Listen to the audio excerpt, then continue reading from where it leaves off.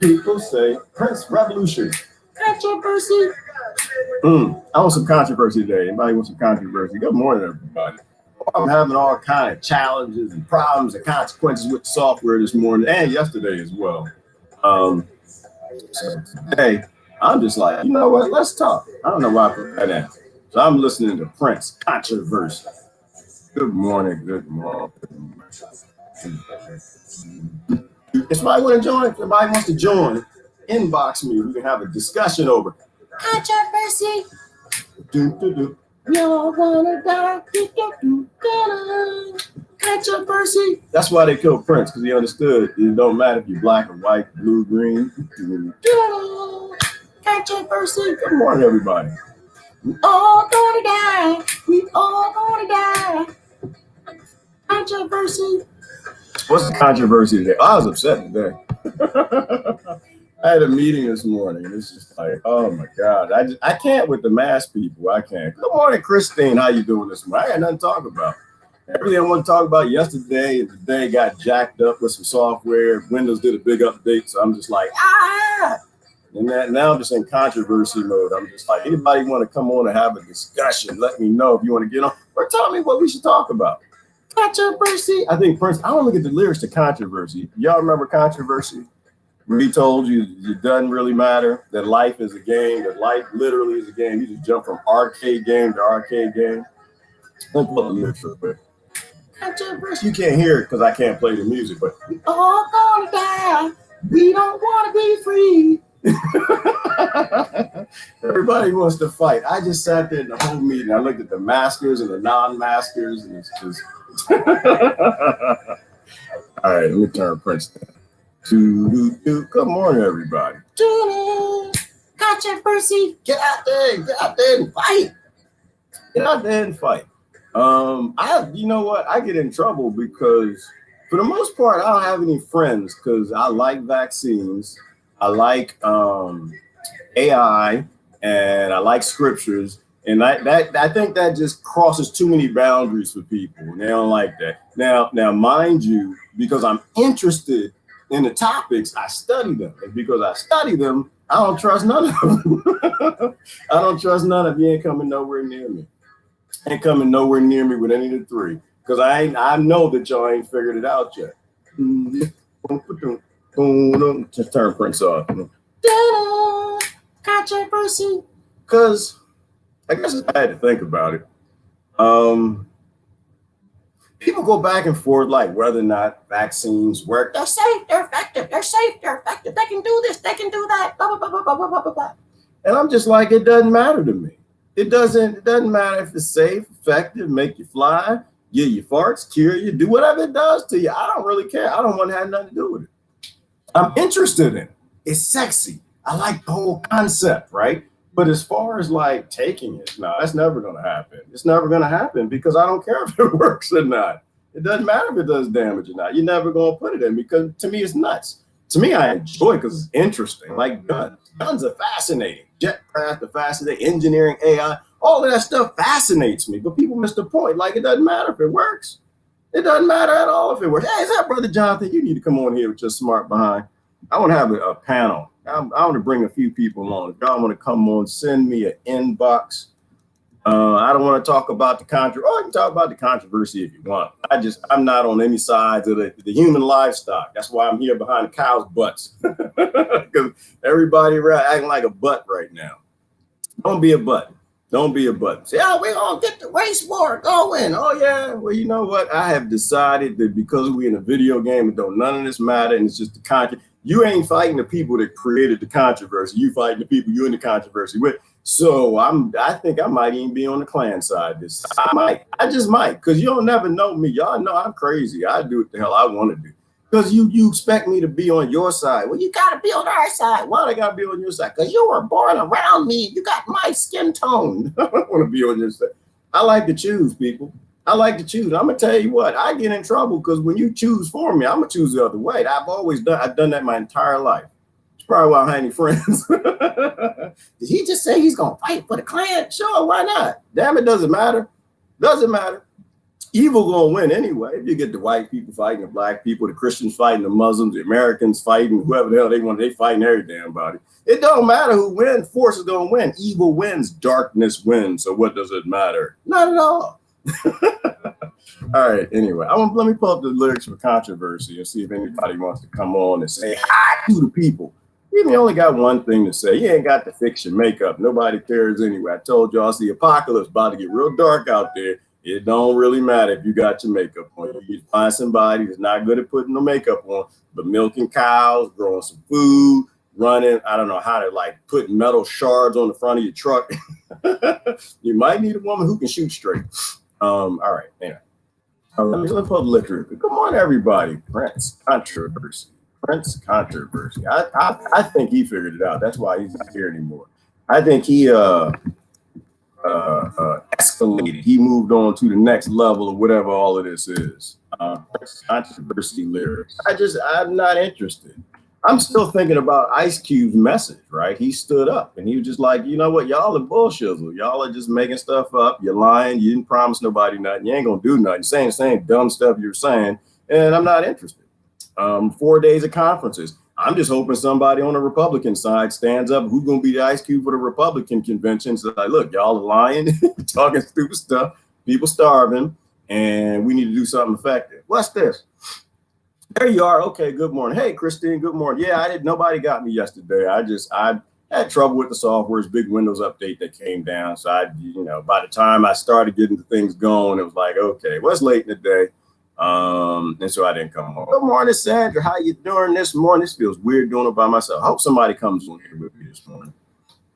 It's a good day. Barbara Peter gone with your bad. So every day is a good day to die. Every day is a good day to die. Every single day is a good day to die. Why? Because we're not really even alive. We're not alive, and it's gonna get dark. Oh, it's gonna get dark. It's about to get dark, and people don't seem to know that. That's okay. Every day, Barbara Peters, is a good day to die for the next generation, because that's all we're here for. Make things better for them. So they need to come to me and get me. Come get me. Jay ain't gonna arrest me. That's not gonna happen. Here's a hint to the protesters, people out there protesting. Protest is the best protesting is before they tase you, make sure you eat beans, hot peppers, anything that gives you gas or runs or some diarrhea. Because you know why? Because when they tase you, it releases your bowels, and because the electronics in your body, you're an electronic creature, and you just mad at just everything just come out. Just make a mess. Drink a whole bunch of water too before you go out there, and you got to get yourself a bag. Get a what are hospital tags called? The hospital bracelets, and just put like COVID unit on it. Like COVID plus, positive, and they get you, and just everything fly everywhere, vomit out your mouth and everything on your face, clothes. Ain't nobody gonna arrest you. You ain't gonna know. You're gonna wake up in a pile of goo. You're gonna wake up in a pile of goo all around you. The cop is not gonna put you in this car. That cop ain't gonna touch you. Right now, they watch TV too. They scared as hell as everybody else. So yeah, that's what y'all do if y'all want to get arrested. Hey, Whoopi, we all gonna die. Yes, we are. Vietnam Joe, Thomas, we all gonna die. It's all about how you live. All love to Lori. Good morning. Good morning. Barbara Peters. Courtney is in the house. Thug Life. Thank God you're alive. Well, you know what? I'm always alive, Courtney. Even when I'm dead, I'm alive. Everybody got to live their own life. Don't worry about what happens to me, you, anybody else. Long as we're breathing, just live free. Breathe free. Do what you're supposed to do. Say what you're supposed to say. Man, I hope I can get somebody to come on here this morning and talk with me. I feel I might start singing. It's not easy being brown. I could have been somewhere else in town. Y'all know what I'm talking about? I stole that from Kermit. He says it's not easy being green. Hey, listen. Monkeys' lives matter, y'all. Monkeys' lives. Cattle, livestock matters, people. Fight other people that's not in your pen. Just fight them for no other reason other than you can fight them and you're told to fight because controversy makes the elite money. Look, very, very simple. We need to pull out the IMF, y'all. We need to pull out the IMF. Only one nation at this point in time has the ability to free the entire human race. And the only way that's going to happen is to get rid of these central banks. And the only way that's going to happen, you pull out the IMF And America got to go through some dark days. Britain might be able to too. But what we need to do is start pulling away. Like other countries can't. The Middle East and countries in Europe can't really pull away from central bankers to get them to collapse. But some nations can completely pull away, be sustainable, build up. But you got to be willing to go through some hardships, right? Because what's happening right now is they're bringing America down. Like, this is what's happening. People are like, oh, it's the virus. You know what? You go, you go figure that one out for yourself. There's enough information online for you to actually figure out what's going on.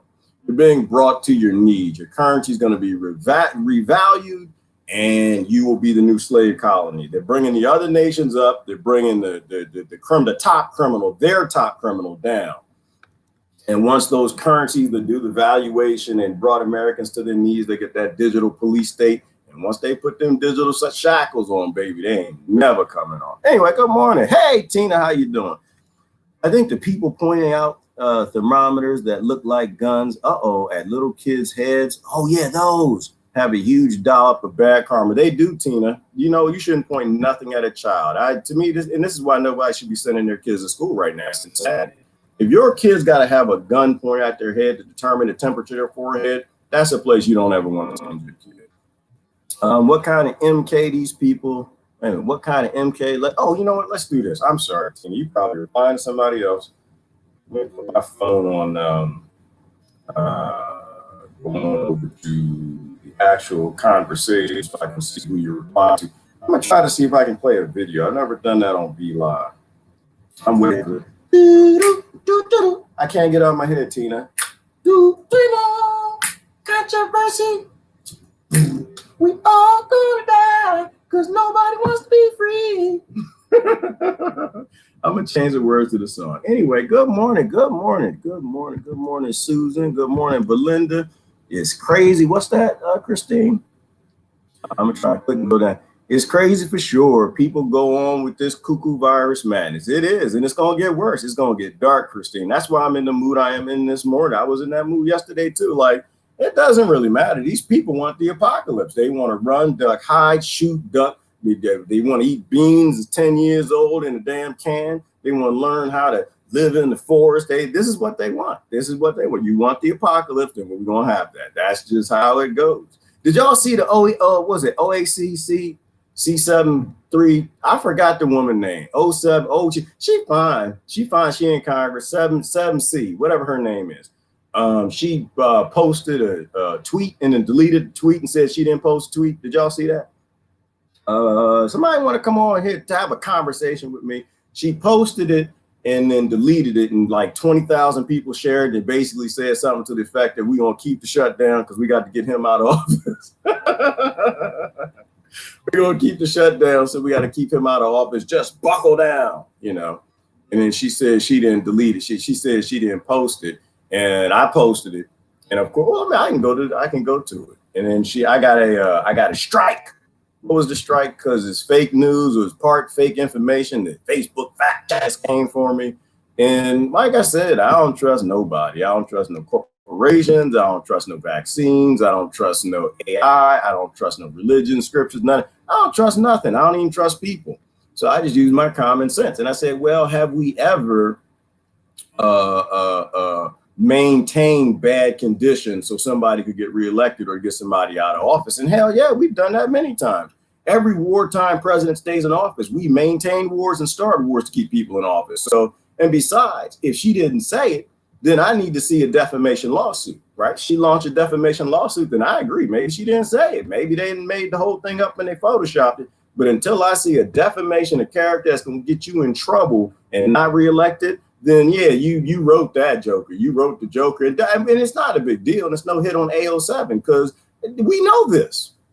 All she did was confirm we know what they're doing. They're literally keeping everybody on their knees. You know, millions of people died, and they're willing to let millions of people more die so they can keep their jobs. And that's why I'm saying, you know, I'm not on anybody's side in this. This is just ridiculous. So the Facebook fact checkers hit me, Christine. I was just like, yeah, okay.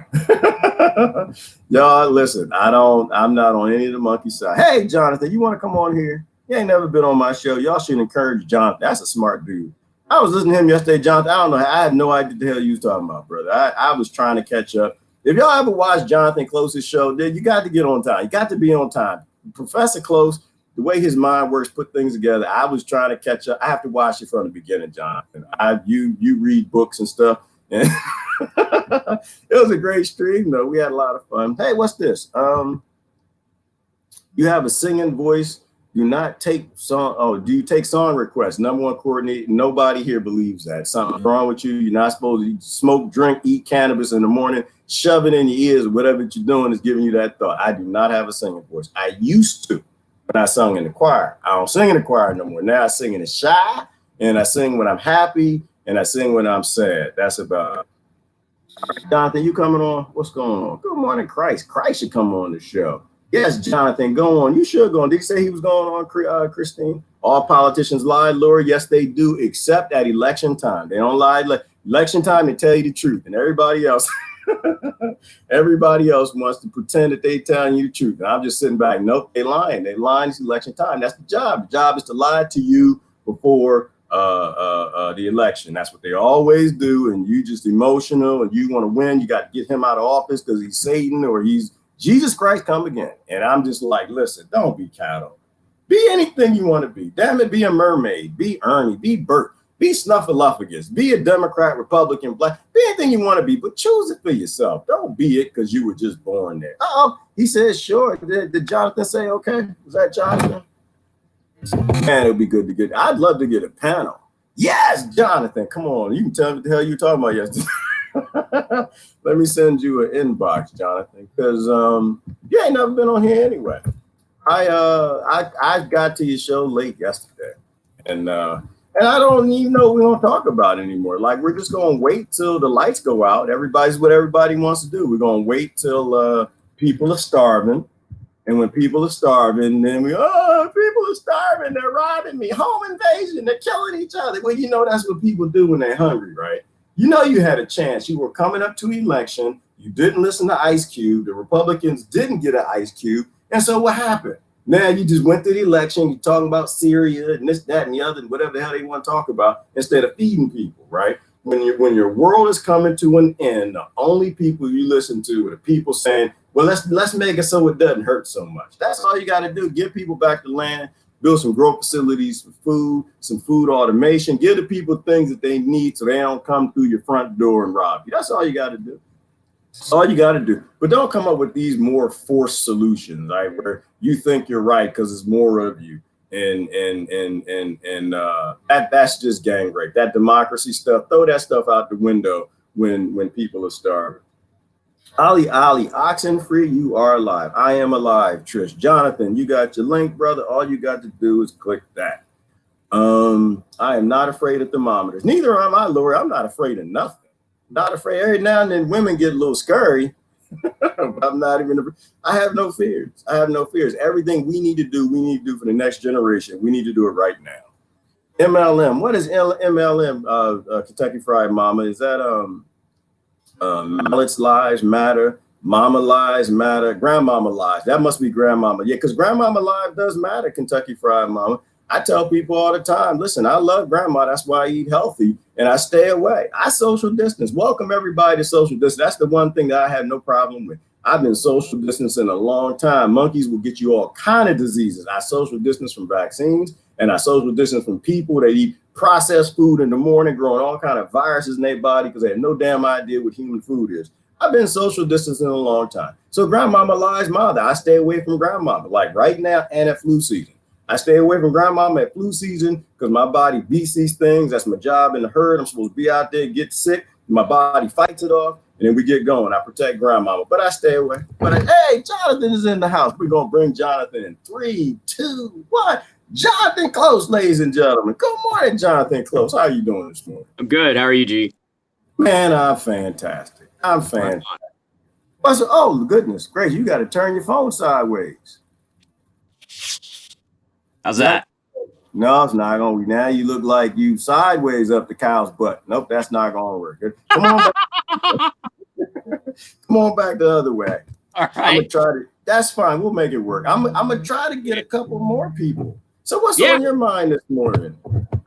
I think we ought to get like Chris Henderson and a few other people in here. Hint, hint. Well, but see, Christ, she's scared. She's scared. Yeah. She's tough in the comment section. That woman Mhm. is a thug. She will cuss you, your mama, your grandmama, and everybody else. She'll We do got it a lot of quick. thugs around here. A Huh? lot of thugs. I know, but most of them are women. Why is that? Why are we punks? I know. Men tend to be weak nowadays, and women Yeah. are like they're the tough ones. Oh, we should Yeah. get Beaufont. We should get Beaufont Oh, up here. oh Lord. Oh, he got you. Brother, he got you. I'm sorry, he got you yesterday. He did y'all see the picture? He completely outdid himself He yesterday. did. I think that was you know what? I'm gonna have to find that one. That was the best Beaufont meme I've seen. I don't know how he does that with that software. That was phenomenal. he took you and he put you on that wasn't Genghis Khan. It was somebody from the Khan. He put me on Genghis Khan. And then he spelled your name John, Jawhn or something. Genghis John. I saw that. I spit food out my mouth. Yeah. It was pure gold. It was first class memeing right there. Yeah, we're gonna have to bring. But Beaufont, he never goes live unless he has some hummingbirds. He does. He's got people have a foot fetish and Biden jiving Bowden. He's got a touch people fetish. He can't go on stage without like caressing little girls' backs and necks and kissing on their head and stuff. Trump has his fetishes. We won't even get it. Everybody got a fetish. Everyone's got some issues. And Beaufont's is anus cakes and hummingbirds. Beaufont has got to be like a real life Jekyll and Hyde because, I mean, Hyde comes out when he does the memes and he's like, Dr. Jekyll sitting back there in his garden watching the hummingbirds feed on the feeder. we need to get the SPCA 735. We need to get all of them out there to go to his house because you ever think about what Beaufont does to those hummingbirds when the camera is off? he has an anus fetish. He likes to make cakes and cookies and pies that look like anuses. He's baking and he likes hummingbirds. Tiny cakes like this. He's baking them little tiny cakes. That's what he's doing. He's something wrong. He could be some sort of a psychopath. And have you met him yet? We talked on the phone several times, and we're really close. Okay. We talked about visiting him when I go over to San Diego to see family because he's there. Yeah, we're real close to each other. Yeah, we talk on the phone a lot, actually. You do? Okay. Yeah. You know what? We need to have a live stream one day to get everybody to unblock him. They don't tolerate Beaufont. They don't. Half of our friends blocked him. That's why the conversations are weird and it looks like you don't know who's responding to who. Because I think it was the anus cake. I think that's the one that did it. Right. And most women, they don't have time. Like the minute you make a pie that looks like somebody's cheeks, and I think they just blocked him, and that's the end of it. So they can't see his conversation. they got no time for this horse shit. It's like the world is ending, the men losing their damn minds. They out there voting. They supposed to be learning how to shoot, making some shanks from bedposts, or growing some food. They're not trying to take care of us. And then we got this guy making anus cookies. Oh my Lord! Oh, I haven't gone to his page in a while. Let me see if I can bring something. Yeah, you need special survival equipment to go on his page. Great.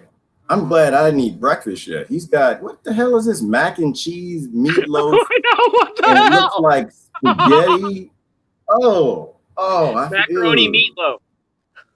I don't even know what the hell that is, John. What is going on in that man's mind? Hey, funny stuff, man. Funny stuff. He is funny as hell. He is. Yeah, I give him credit for that. He's a nut job. Yeah. You know what? I have to figure out. I'm playing with the software while I'm doing this. I need to figure out how do I show my desktop. I want to show you this over here. But the world's coming to an end. Big things are happening, and very few people are focusing on them. Yeah, I think pretty much what's going to happen is set in stone now.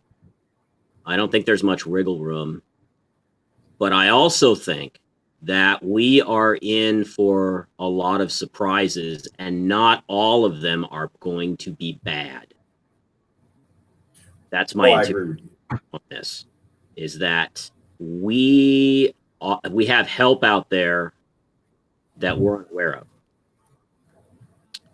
This is my intuition. That's all. That's all I'm saying. Is that I think we've got, our job is to do exactly what we're doing and do it harder. Grow food, make connections, form communities, and disassociate ourselves as much as possible from the insanity. You know? Inwardly and outwardly. We got to do it. Escape the nonsense. And so I agree with everything you're saying, and I'm going to blast Beaufont's page for a minute. Oh, May Britt, send me a message. Does Sister May want to come on? If she wants to come on, send me an inbox, and I'll send you the link. I do think good things are coming. Very good things are coming. I think in the end, things are going to be all right. But we got to go through dark times first.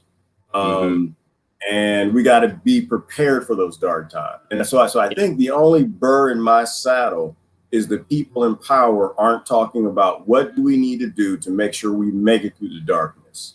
Like Sister Lori said, they all lie all the damn time. But I'm not convinced that they don't see what's going on. They don't see, obviously, at a global scale how that things are playing out. And what they could do is they could be playing that game, but they also could be making sure millions of people don't die. Right. Yeah. And they're not doing that. Yeah. But I think there are good surprises. Is that May? Does she want to come on? All right. So if anybody wants to join, I'm trying to do a panel. This is a good time to get started. Like Brother Jonathan, I've been trying to get him to go live for a long time, and finally got him to go on here.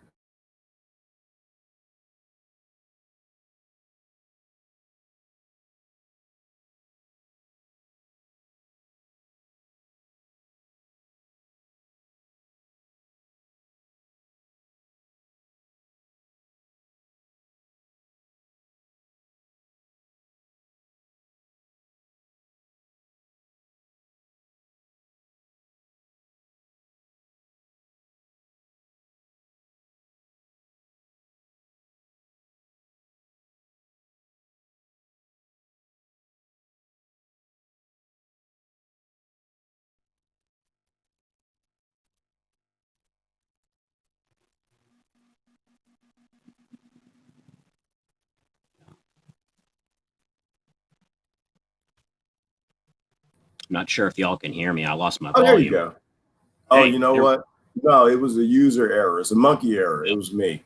I thought I could shrink us, and that would be big, right? And it didn't work out that way. But no, I wanted to get you. I wanted to get with John. That's pretty good. Good. All right. So what I'm gonna do is we'll go through comments and see if we can bring May on, and then that would be cool. That would be cool.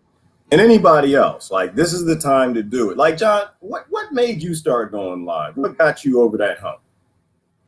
You know, really, it was you that was encouraging me, and Ty that has been encouraging me for a long time. And, you know, I just, I started with one poem, and it was part of it.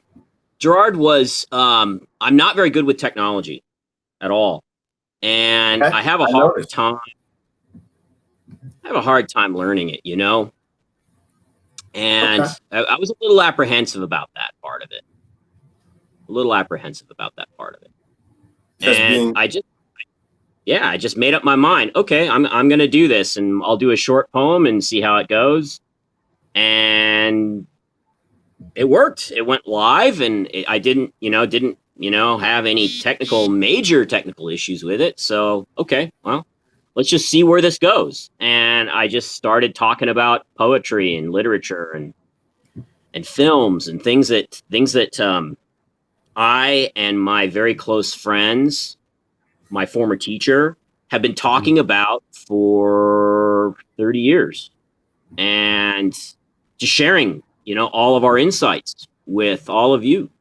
And that's pretty much how my, doing live thing got off the ground, And it was beautiful. Thanks. It was beautiful because you knew what you were doing.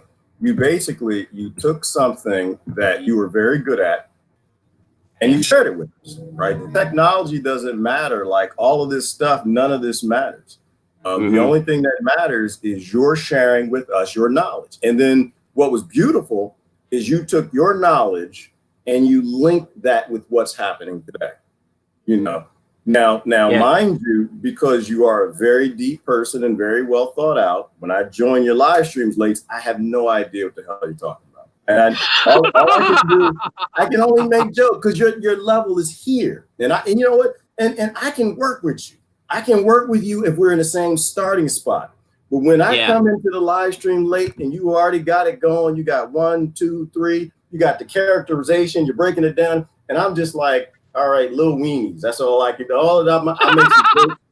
I had to go back to the beginning. Hey, Lori's in the house. Lori Root Rod. Hey, folks. How you doing? Good.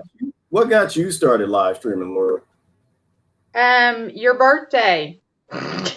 It was your birthday and Tony Smith's birthday. You share a birthday, and I love you both. They do? Yeah, April 19th, I believe. Wow. You just can't be blasting people's birthday out there. There's a lot of stalkers and crazy people here. It's like they know your birthday. They can get your social security card, some credit cards. They can do all kind of stuff to you. Right. Jonathan asked too. What? I'm blaming you. You asked. You're blaming me? Yeah, I thought you asked the day. Maybe not. Oh. Yeah, so I went on and sang happy birthday like Marilyn Monroe style to you men. And that did it, man. Great. I started reading Rockefeller stuff on live streams. That was not for me. That wasn't for me. You did that for Tony. You didn't do that for me. I did not see no Marilyn Monroe. Happy birthday, you darling Tony. I did not see that. And I did not see you near no bathtub. I didn't see no bubbles. I didn't see none of that. So you did that for Tony. You sure other people was there? It was just you and Tony. I was not invited to this party. I don't remember none of that. Oh my God. This was just for Cuss Church. That's what it was for Cuss Church. I was not invited. But it doesn't matter. So the beautiful thing about you going live is I love that you brought your knowledge as well, right? You stepped up. See, I thought it was the hot tub that got you. That's what I thought. I thought you're like, you know what? I need to help Gerard out. I gotta help my brothers. He's out there and he needs some help. He's struggling. He's drowning.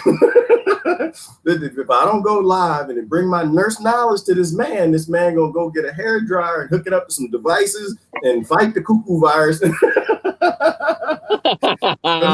What I love was that you brought your background and you brought as well the things you knew and you tied them to today. And so like, this is what I try to encourage people is that it doesn't matter what you do and it doesn't matter what you know. You live on this planet. You're involved in today.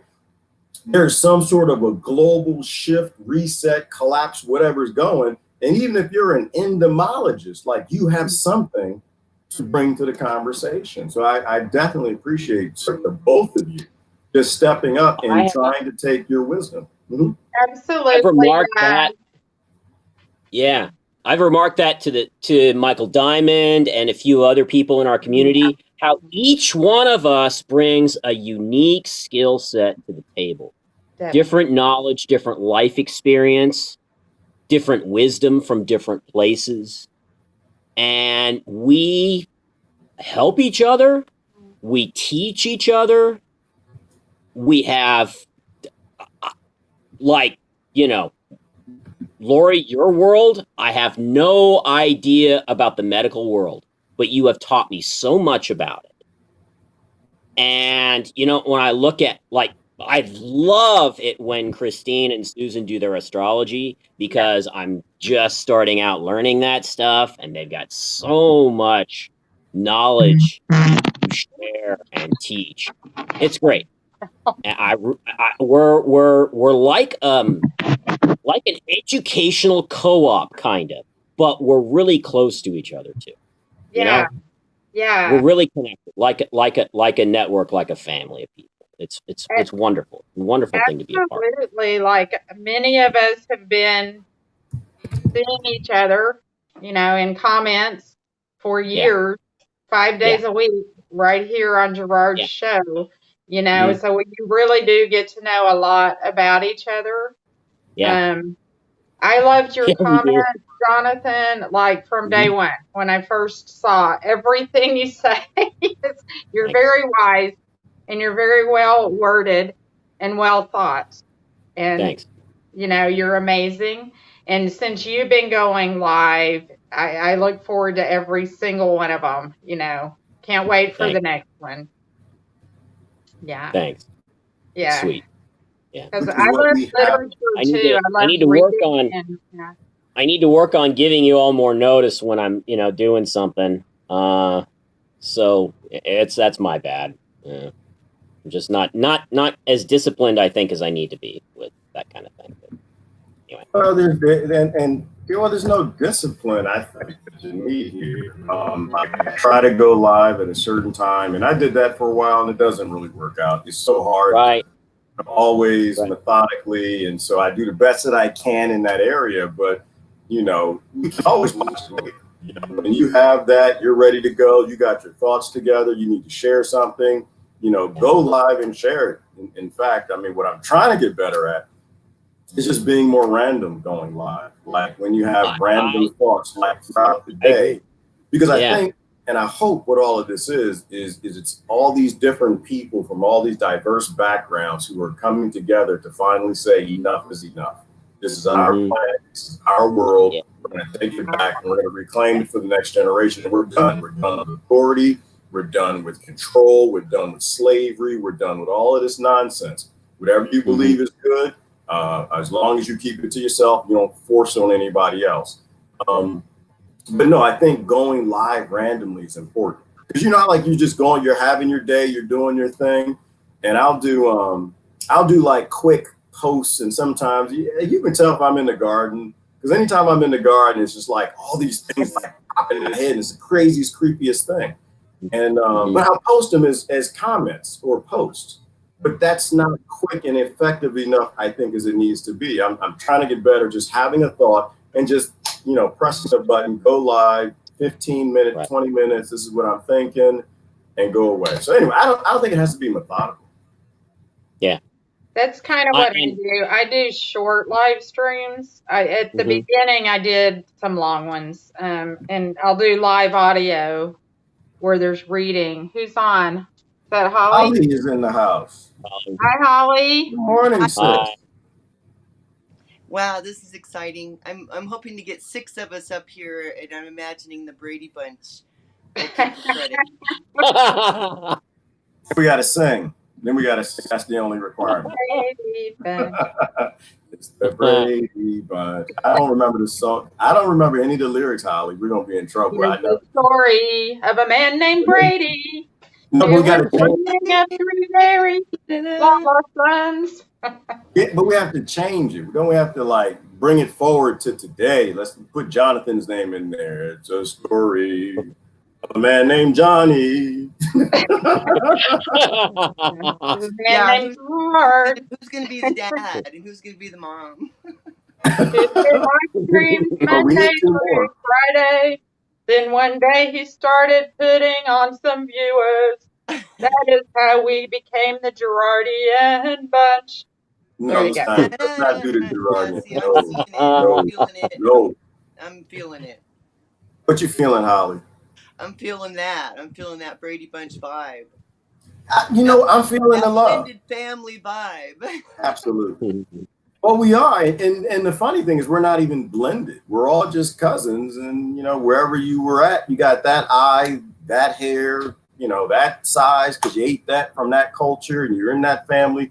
But we're all the same people. We're all the same. I started off the morning singing Controversy from Prince because I loved it as a kid, the song, but I didn't know what the song meant. And the song basically says, there is no race, that everything is just controversy. And they keep everybody apart from each other by giving them reasons to have controversy with each other. But it's all artificial. Well, they also know that we're connected by DNA, and a lot of our tribes are gathering right now. I think we're realizing that we're actually related by DNA, and some people are even figuring that out. Reconnecting with people. I reconnected with a friend from high school, and since then, I'd been married. I married someone overseas. My kid's dad is Lebanese and Syrian. And as it turns out, she may be more related to my kids than I am, because she was adopted and found out her mother was Lebanese and from the same village my kids' family's from. And just the coincidence there. And it just feels like there's an attraction for us to really gather our tribe of a higher vibe. Absolutely. Okay. So I'm going to do this because we actually can't do the Brady Bunch. Apparently, there's a limit of 4. So Beaufont's in the queue. So I'm going to let him come in and I'm going to jump off. So what we'll do is we'll just rotate people around. And so nice. as many want to come in can come in, but only 4 at a time. And I'm just going to hit comments and y'all can address that or talk, or you can jump in and jump out as you want. Yeah. Sounds awesome. So I think Paul's got a question right here. He said, we need to talk about solutions. So what do y'all think? What can we do right now? Grow food. Grow food, number 1. Yeah. Get ready. We've got a pretty good idea. We know what's coming. Need to be ready.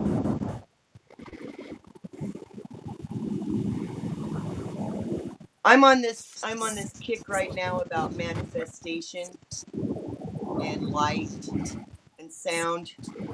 And it sounds a little warm and fuzzy and hippie, but I've been experimenting with my manifestational abilities, and that's about the only thing that I have any confidence or trust in at this particular juncture. Hey, the hippies have it right, man. I've always been a hippie at heart, Yeah, I have to have it proven to me. But I've been doing it. I've been manifesting with words, and that's only for my own and my kids' benefit right now. I think we've all had to step back from trying to save the world and wake everybody up because our job here is kind of done in some ways. So now we're having to come center again. But I'm just really experiencing that when I do positively state things for my life and on a daily, no matter how bad I'm feeling, and I do this in states of hopelessness, literally, and it seems to have an effect on my day. So that's all I have to go on right now. And so I would anticipate that if everyone were to do that we actually could raise the frequency, and frequency translates into the sound and light that's being emitted from whatever, wherever, whenever, and whomever at that particular time. And so I think universally we could potentially change the frequency that's been generated. And when you talk about things like slaughterhouses on ley lines, there has been a frequency that has been generated that is abundant, and it can be changed. It's just like changing a song from 400 hertz to 432 hertz. You can actually raise the frequency of our environment, whether it's a dimension or whether it's actual real mass. It seems to have an effect. Yeah. The best thing we can do. Go ahead, Lori. I was just saying, listening to pure tones, if you have done that before, you feel it. You feel it in your body from your head to your toe. It's real. It's real. Yeah, the vibes, you feel them. They heal. Yeah. I'd love to deny it. I'd love to say this is BS. Let's get back to the fake programming that we were doing just fine with. That's that's really what I think sometimes. I Right. wish it was fake, and it's not. We've been deprived of the knowledge of being able to heal ourselves, being in complete control of our health and our emotions. Our pineal glands are trashed. That's a whole nother radio show.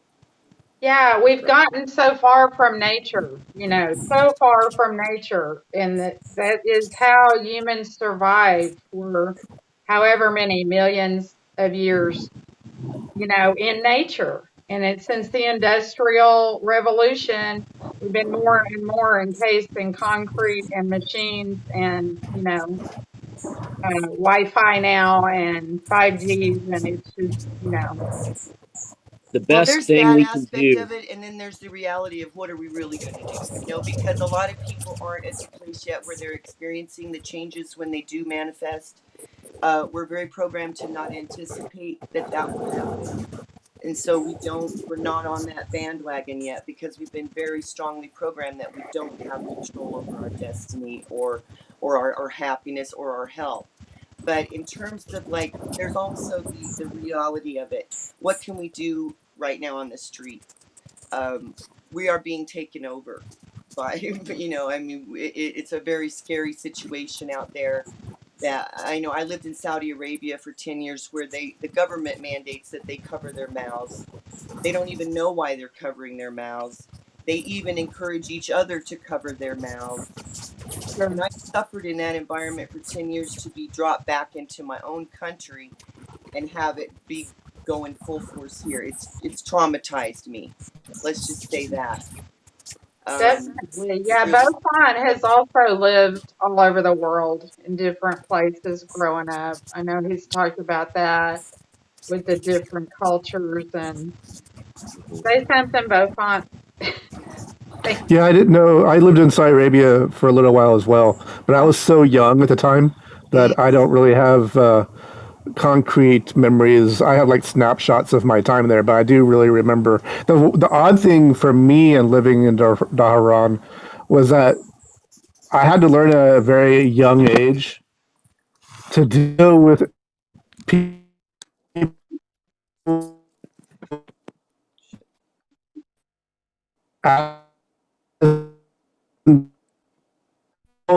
rod looks the same. Everyone basically wears the same. The variants you might see is a red or black head covering. But the handful of Saudi Arabians I did meet were actually very kind, empathetic, and I had to learn. I was about 4 years old when I lived there, so I had to learn very early on to kind of not let that perception, that cultural perception, override individual experiences. yes, we're very programmed. Mhm. And of course, the last 15 years has been programming us about the terrorists. And it's been very unfortunate, very destructive, in my opinion, because we all know who the terrorists are now. And, Yeah. there are definitely some brainwashed Muslims, just like there are some of my brainwashed Christian family and friends and Jewish and all the rest. It's government run mind control on a global level, and we're starting to figure that out now. And of course, the division of us all to judge one another and to anticipate the things that they have programmed us to anticipate has been very damaging. Yeah. Mhm. So part of the comment sections that they're talking about is wanting to focus on kind of what we can do now.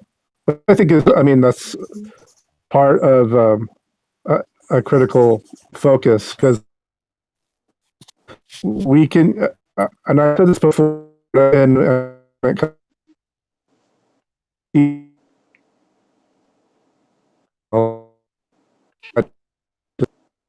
this is the only way they can get to We're sovereignty. getting, we're getting audio So we're blips when you're speaking, Beaufont. I don't know why, but we're getting the. okay. Yeah. I might be too far from my router. Right. True. Yeah, we're out here. Is that better? This is great. Yeah, it is. One of the things that people are commenting on, and they're spot on about, is we need a balance. We need a balance between the inner and the outer. We need to grow food, and we need to work on ourselves. And there is nothing in the world right now that will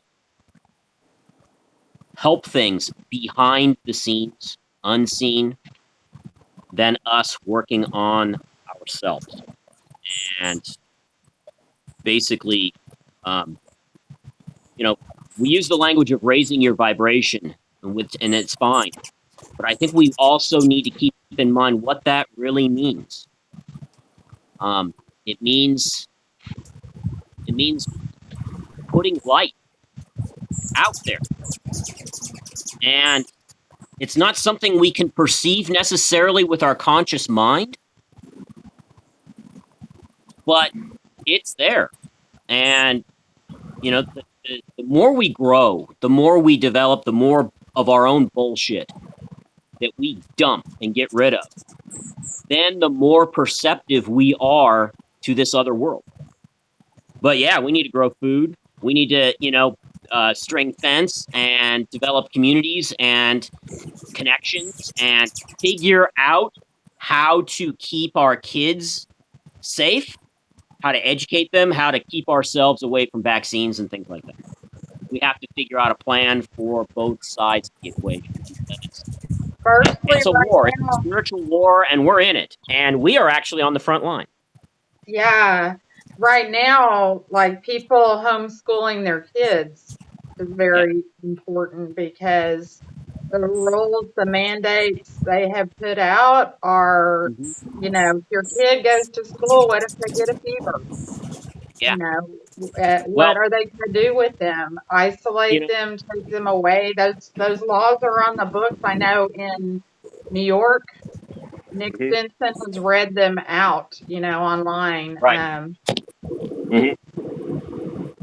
So that's scary as hell to me. If you don't take my kid and anywhere where I'm not allowed to go, you know what I mean? They won't let the parents enter the school. All they have to do, I think we need. All they have to do is say someone's got COVID in a school, and boom, they can force your kid and everyone in your family and everyone your kid has come in contact with to get tested. We know the rest of the story. I don't need to finish this comment. Oh, we all know they can we're do. On very thin ice, and I live in a Jade Helm drill state, which means we've been taken over by fascists for 30 years here. Jeffrey Epstein's Zorro Ranch is here. There's evidence that several of our Democratic state leaders have been involved in a very serious child trafficking ring here. So we are really walking on thin ice with this mask situation. Like I said, I have visited and traveled in communist and dictatorship countries where this is common, and it's starting to feel eerily familiar to me. There are countries for the past 20 years, they turn the electricity off from 9 a.m. to 5 p.m. Yeah. And, our whole public utilities here is absolute evil. But you touch on... I mean, how in the world do you have a $400 and $500 electric bill? When your mortgage your rent isn't even that much. And so I've seen it happen, and it's happening here. And I live in a Jade Helm drill town is what I call it, where we have our, all the facilities to lock down if they need to. And all I can tell you is that my children, having attended public high school for the first time in their lives, they were mostly homeschooled and international schools overseas. 4 times in 2 years, I was called and told that I would not be able to access my children for several hours. There was some emergency, some bullshit. It was, somebody was seen walking across the back end of the school lot. So they locked the school down. They had stinking National Guard at my kids' high school. and they just wanted everybody to know you were not able to access your children until they told you that you were able to access your children. Am I the only one that was upset about the fact that this happened 4 times in 2 years?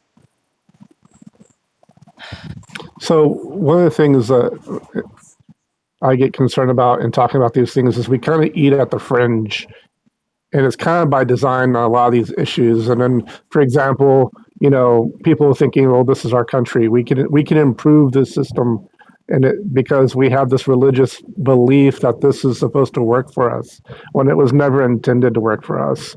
The fascism didn't start 30 years ago. It started at the advent of authority-based statism, monarchs, rulers, governments. This has been going on for over 5,000 years. Right. As well as the baby blood drinking. The baby blood drinking is what entire civilization Same basic system. founded upon. I'm sorry, folks. Yeah. Yeah. But so we're drinking baby blood. I mean, that's how deep this goes. But this is why Trump is so important to the system. He's a great he serves hopefully. He's a distraction. He is the best distraction. Yeah. And guess what? Oh, this whole moniker, this whole narrative that we're going to create all of this to oust him, it just makes the populace go, oh, no, that's an important position. We need a leader in there to represent us and do this. And it's this knee-jerk generation of reaction that has been fostered and created to where we get caught up and we go back to cling to our religious belief that somehow the system is going to work for us. Again, abandoning our own personal sovereignty in the process. I look at the system, and when people talk about unity, I always think of the analogy of a reef system. A healthy reef system isn't as glamorous and as pretty as we think. It's actually pretty competitive, but it's extremely diverse. I imagine a sense of unity that's based on what I call a co-opt of personal sovereigns. What Jonathan needs to do to survive and to gain enlightenment is very unique to him, just as it is for Lori, just as unique for anyone else that's on here. Allowing those people to do what they need to do to meet their needs, as long as it doesn't infringe on other people doing the same. It seems like it should be a simple and adult concept, but it's not. Yeah. Right. Yeah. Yeah, it's like a kindergarten concept, but we adults can't seem to get it. We can't get back to it, Let you be you and me be me. But it's such a powerful thing, though. It's so simple. I think we kind of try to make it complicated because that's a way of kind of not actually engaging or pussyfooting around it, and everyone has to kind of come to terms with that themselves, and that's where we need to start. Well, we're so severely programmed that we can't even begin to fathom how severely programmed we are. When I say unlearn absolutely everything you have ever learned, the way you pick your nose, you're doing it wrong. The way you use a handheld can opener, you've been doing it wrong. Yeah. As soon as that settles and we can digest that, then we can move forward. Mm-hmm. Once we first wake up, once the light bulb first comes on, it takes a couple of years to clear our mind. I like the analogy. Sorry, I didn't mean to interrupt you, Jonathan. I love the analogy of Plato's cave, but one of the things that people seem to kind of throw the baby out with the bathwater is that we come to realize that the shadows on the cave aren't reality. We take that one step further and we claim that's false. So it's like, no, the shadows are real. They're valid. What we make the mistake in doing is thinking those shadows are the universe. That's our primary mistake. Yes, exactly. And we keep on trying to kind of shuffle things around this Newtonian construct, where when you spoke of manifestation, either as realizing that I'm not creating something, I'm tuning into something that's our probability that's already there in a quantum precipitation, as I like to call it. Susan's probably laughing at that term because I use it pretty often. It's awesome. You're tuning in. In Houston, there's these two channels. And Lori's going to laugh at this. Channel 11 and Channel 13. And back during the days when you go to grandma's house and they had the TV on top of the TV, and each one was smaller than the last, and they probably might use the first one as a bar. But if you set that channel to the rabbit ears to channel 12, so every now and then you get bits of channel 11 and channel 13, right? Weird. And then noise, right? Well, that's manifestation right there. That's what you're tuning into. And that's the difference between schizophrenics and us. It's not that their reality is real. Their rabbit ears are tuned to channels that we don't recognize as our common baseline conscious existence. Well, That their is a great frequencies, their actual analogy. sound and light frequencies, like a radio station. They found radio waves in space that were broadcast in the 40s, and they're still saying the same thing. Empty space is radio waves. There's energy behind it because there's enough interference that's not quite in phase with each other that gives off energy. There's no such thing as nothing. Right. I love what Mac said in Harsh Reality's show yesterday. I forget the doctor's name that was on there, but instead of talking like higher, lower, and duality terms, Max was using the terms harmonic and disharmonic. Mm-hmm. And I love the way he said that. I love the way it was very humanistic, and it kind of gets away from we speak in these terms of duality, and we reinforce that duality in the process. Yeah, hopefully duality's dead. There's actually some scientific proof that there was a gaseous belt that is actually no longer there, that was supporting, if you will, facilitating the possibility of these lower frequencies being as dense as they have been. And that at this point, it's almost atmospherically impossible for some of these lower frequencies to exist.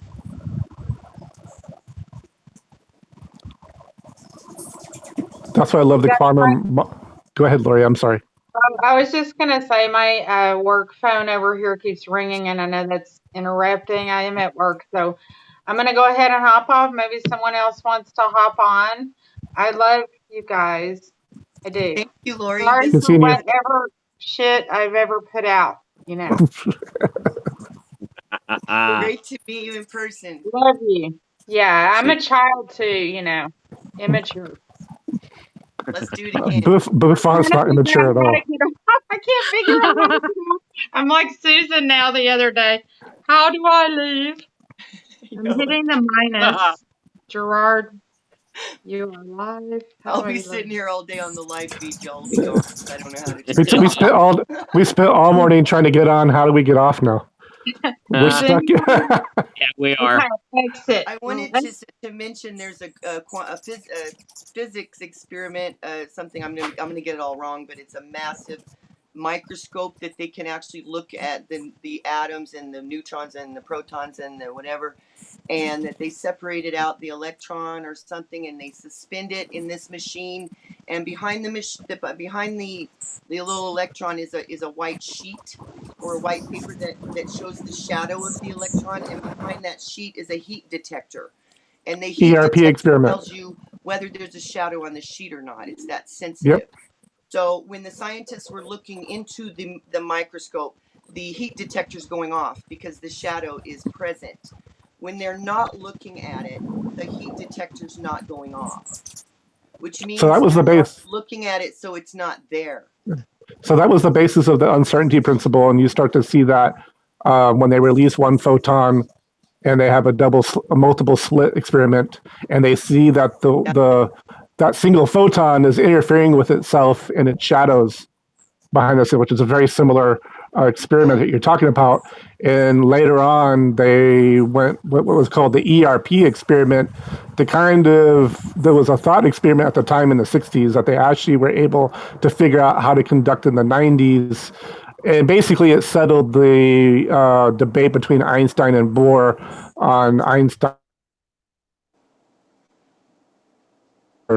comment, and Einstein lost that debate.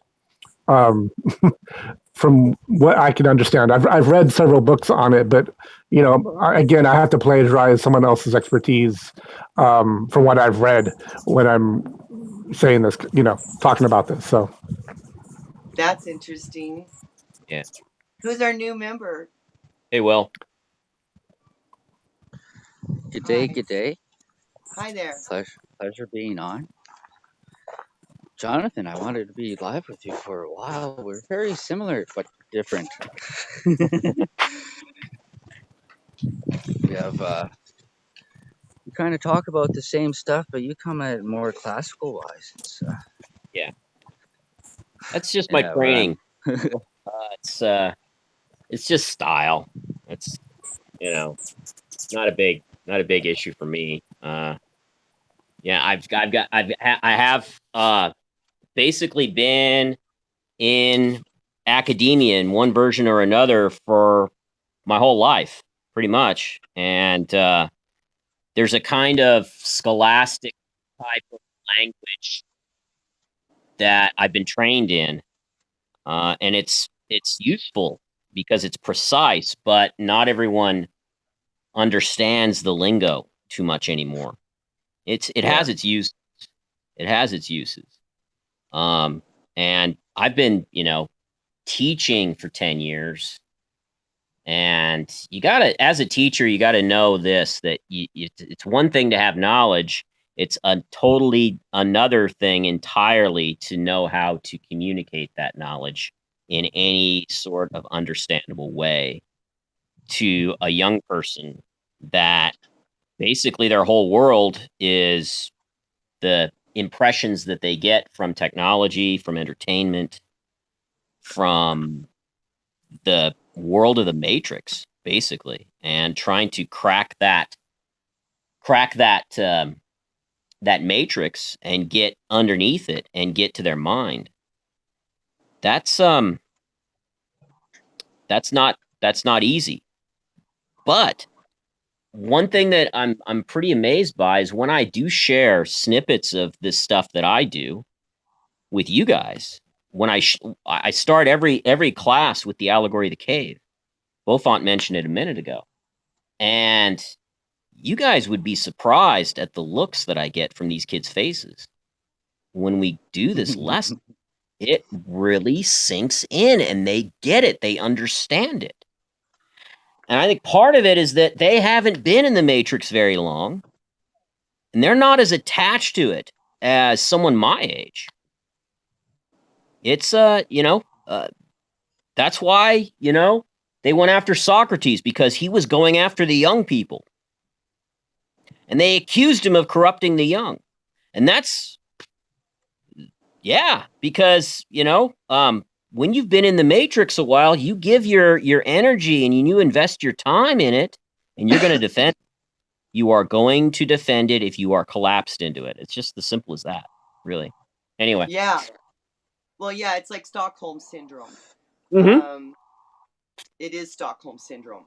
It is. We all have a serious case of it. And speaking of, getting to the children, that's pretty much what they've been doing ever since. And our whole birth process in the hospital is a satanic ritual.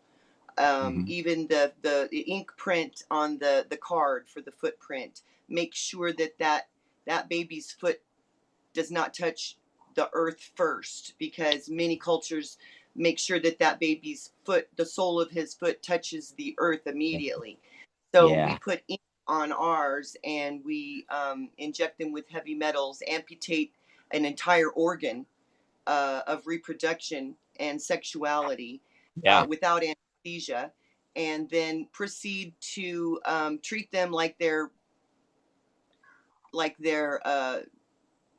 babies for a year. And in fact, circumcising baby boys. It's totally barbaric. Yeah. It is very barbaric. It's to disempower the masculine divine. And of course, we do plenty of things to disempower the feminine divine as well. But men, there's nothing more victimized in our particular American culture than little boys. Yeah, definitely. Definitely. And so when you're trying to raise men, that's a problem. When you're trying to raise a generation of men that trust women, that's a problem. Yeah. when there's no bonding. And see, the hospitals, the system, the evil satanic system makes sure that there is not that chemical connection between the mother and the baby. Right. And so you are dealing with children. I'm also a teacher and school administrator, but my parents were international school directors. They opened international schools all over the world. I will never step foot into a public American school. Yeah. Yeah. One of the reasons why I talk about love so often on my live casts is because there's a lot of deprogramming that we need to do about love and about interpersonal relationships, not just romantic relationships, but parent to child, friend to friend, all of it. And all of our relationships involving love have been victimized by this system. And as you say, it's satanic and it is programmed to be toxic. And it's intentional. Huge and things their biggest control is that we know it and that we allow it. It has to be voluntary. Within the satanic realm, you can't sacrifice a virgin unless she's willing to be sacrificed to Satan. Right. You can't kidnap an entire country's spirituality and mental state unless you convince them that that they should go buy meat at the grocery store from a baby pig who had his testicles ripped off by Joe Mack, who went home and molested his niece. And that slaughterhouse is on a ley line. You just participated in a satanic ritual. Congratulations. You may now consider yourself officially part of the problem. It's a system that is set up that we are meant to participate in. We willingly participate in it, and they laugh at us and mock us, and they therefore acquire their lower frequency, which is what they need. What do we do to stop it? We stop participating in the satanic bloodletting rituals. Don't amputate your baby son's sexual organ, for starters. Definitely. I would say all of it, all of the above. I mean, we agree with the system in so many ways. You know, like I love the fact that there's a whole non-consent movement that's like coming out of everywhere, and it's like, well, consent, don't consent against what? Everything. I mean, everything that doesn't make any damn sense, right? From voting to circumcision to forced medication to, you know, if you want to do taxes, that if it's your job, whatever. And so I think that the only way to take on the system, I sound like a damn broken record. That's why I'm glad you guys are here. I appreciate everybody watching. Please make sure you subscribe to these people. This is Jonathan, Close, Holly. Is it Fayon? Fayon, Will Love Earth. They're all here. What bothers me, and I got a few other people I'm bringing on who are coming into the queue. I think Juan is coming in. I think Chris, if you want to come in. So we'll swap 4 people on and on. But I think we all got to pick and choose where we remove our consent, right? Like, that's why one thing I try to do is I try not to tell other people what to do. Right? I walked away from corporate America and I remove my consent in places where I can. Like this system and this matrix is designed to be supported by consent. Like you said, we're willing, you know, there's something spiritual about what we're willing to give up from an energetic perspective. And there's some things that Holly can give up and she doesn't really care. She can fight the power easily because she can give these things up, but she can't give up this other thing. But Jonathan can give that up, right? And he can, you know, and so and same thing with Will. And so the whole point is when you have in it, people say it's like 10% or something. I don't know where they get the numbers. I think they pull them out of one of Beaufont's anus cakes or something. I don't know where to get the numbers from. But the point is that when people stand up and they say, no, that's it. That's when the system will respond. When this system realizes that we're no longer going to consent or capitulate to it, it has no other way to go but to concede to those demands. And we don't have to force it either. It's just simply stating our truth with love, and that's the secret. It doesn't sound it's not as glamorous as it sounds to speak your truth with love. You know, it's just really not all that fun. Don't be jealous. of those of us that are trying to speak our truth with love, because good grief. But we do have to do it. I always mention the example when I was in college with 3 toddlers. I took advantage of a government program called WIC, Women, Infants, and Children, and it's actually, what I found out is that it's the dairy industry, the industrial livestock industry, basically giving free milk and cheese and beans to breastfeeding and pregnant mothers. Okay, so which means there's a lot of government money exchanged. First of all, let me just back up. If you drink milk or eat cheese or eat beans when you're pregnant or breastfeeding, you're crazy. I mean, babies can't drink bean milk, and dairy products are not what breastfeeding mothers need, first of all. Okay, so it's a big waste of money when they could be sponsoring local farmers and actually getting pregnant women some decent food. But that's not what it's about, for starters. Okay, I knew that. I was there because they also gave a pound of carrots after some point, because they had a class action lawsuit. So we got a pound of carrots.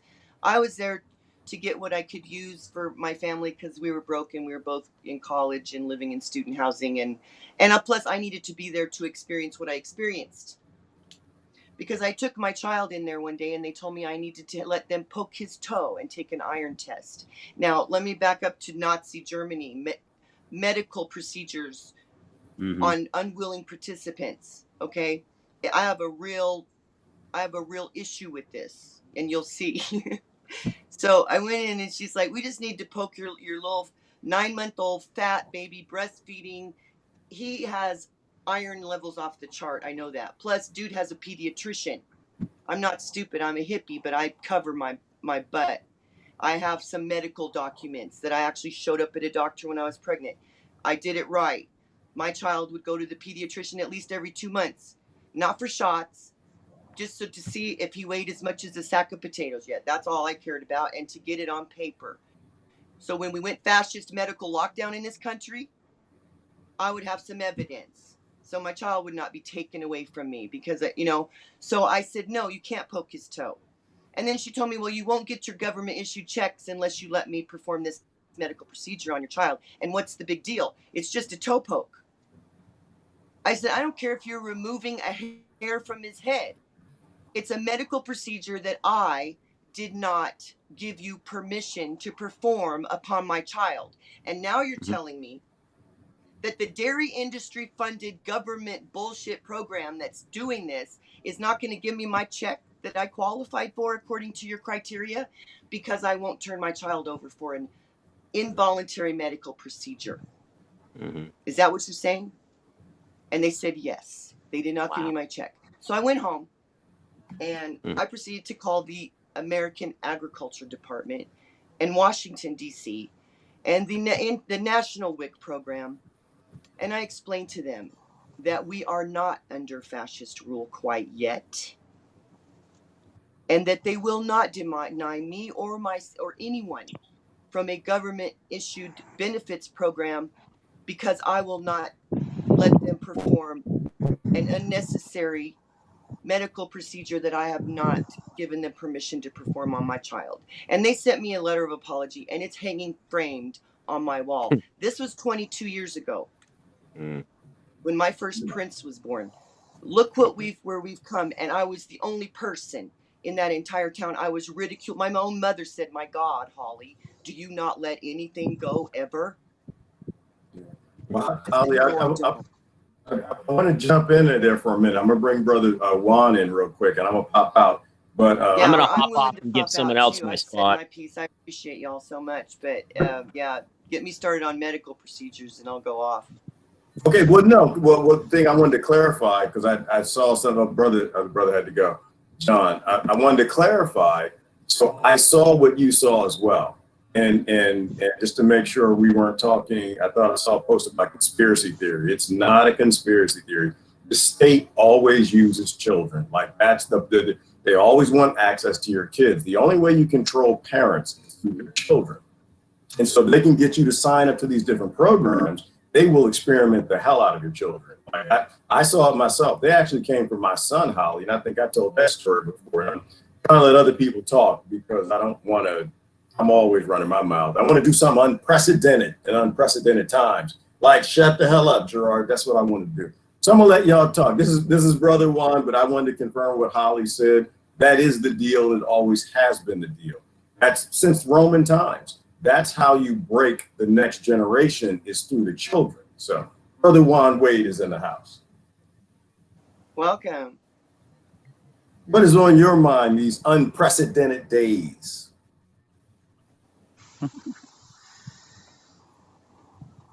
Oh, no sound. We can't hear you. Can't hear you. Maybe plug that cord back in. Brother Juan, I spent time talking to him. He has plans upon plans. I know Paul Brady likes to talk about plans. There are plans, and while Juan gets his thing going, what I appreciated most, I saw him first on Melody's show, and he was the one that's saying, "Listen, it's our land. Let's just go get it. Like, let's just walk now and go take it." And I appreciate, like we said before, different people have different powers, and you got to use your power where you have the strongest, where you don't need it. There you go. Now we hear you. It's a little clear. Got me? There you go. All right, cool. Yourself, sir. Hey, everybody. I said hi. Apparently you didn't hear me, but hi again. Thank you again. You can hear me clear, though? One more time? Got it? We can hear you. It's a little foggy, but we can hear you. Is it okay? If it gets annoying, let me know. I'll try something else. I got you on the laptop now. I don't see it. If that's better. But I coming in again on it seems like I come in on very nice crucial points. Because they want us separated. They want us buying into whatever they want us to buy into, relying on all of their systems, for everything. The thing to do to fight the whole system is to get together. Yeah, take a plot of land and stay on that land and live off of the land from our own devices without any help from them. Period. We deny the system by going and living our lives without them, and that's pretty much the key. Will we ever reach that sort of key? I don't know, but that's where we have to try to head. What choice do we have? That's where we got to go. They're not giving us any choice. We're very close, so but pretty much, we don't know how close we are. Right? Did we lose Juan's audio again? Are you back? No, his audio died out again. Oh. So, I mean, and I'm going to go along with that, Will, which is, they're literally making war on us, and they have been making war on us in a long time. I mean, this might be the wrap-up of World War III. They've been defying us and firing on us these silent weapons for quiet wars for a very long time. And now it's just so obvious in all the different ways. And the escape is to take your power back. Take your power back. Learn how to grow your own food. Learn how to make your own medicine. Learn how to drill a water well. Learn how to build a house. Learn how to do the things where you can just say, we don't need you. Like the biggest mistake we ever made in this particular country, and probably in most countries, is when we agreed to give the land up. When we agreed to give the land up, we had no chance of freedom. Now you give the water up, you have no chance at life. And so this is the full spectrum domination that I keep hearing. I think Obama probably said the term first in popular realms, but they don't only full spectrum dominate, Africa, Latin America, and the Middle East. They actually do it to us, and they've been doing it to us for a very long time. Like colonization never stopped. They continue to colonize cities and neighborhoods and countries, and they've been deploying that on us. And so the only way I think that you can defy those that own the resources is to be able to get your own resources, be able to take care of yourself and your family to where you can tell them that we don't need your system. Exactly, because they've taken away, or they don't teach us this stuff about nature, growing food, pretty much doing any of our own. Yeah, like you said, building. They hide and they use their programs for the building, right? With their well, you need drywall. No, we don't need drywall to build anything. You know, there's other natural ways to build our housing that doesn't rely on their systems, and it's pretty much the stuff that is comes on the land. You know, the land is full of resources to pick up and to build naturally with as little impact to the earth as possible. You know, it doesn't. You don't need fancy Italian tile. You know, this stuff doesn't need to be shipped across the world Yeah, I to know. build. See, that's a huge industry of You evil know, right there. You know, I was dealing with the Saudis shipping camels to Australia to be slaughtered and sent back to Saudi, and vice versa. And we send our chicken. That the whole thing was sending our chicken to China to be slaughtered and sent back. What kind of sense does that make?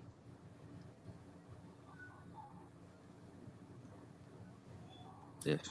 I got one word for you too. Reefer madness. Reefer madness and vaccines pretty much accomplished what they needed to accomplish as far as our subconscious goes. Reefer madness was the first step, and of course we know how bad it got.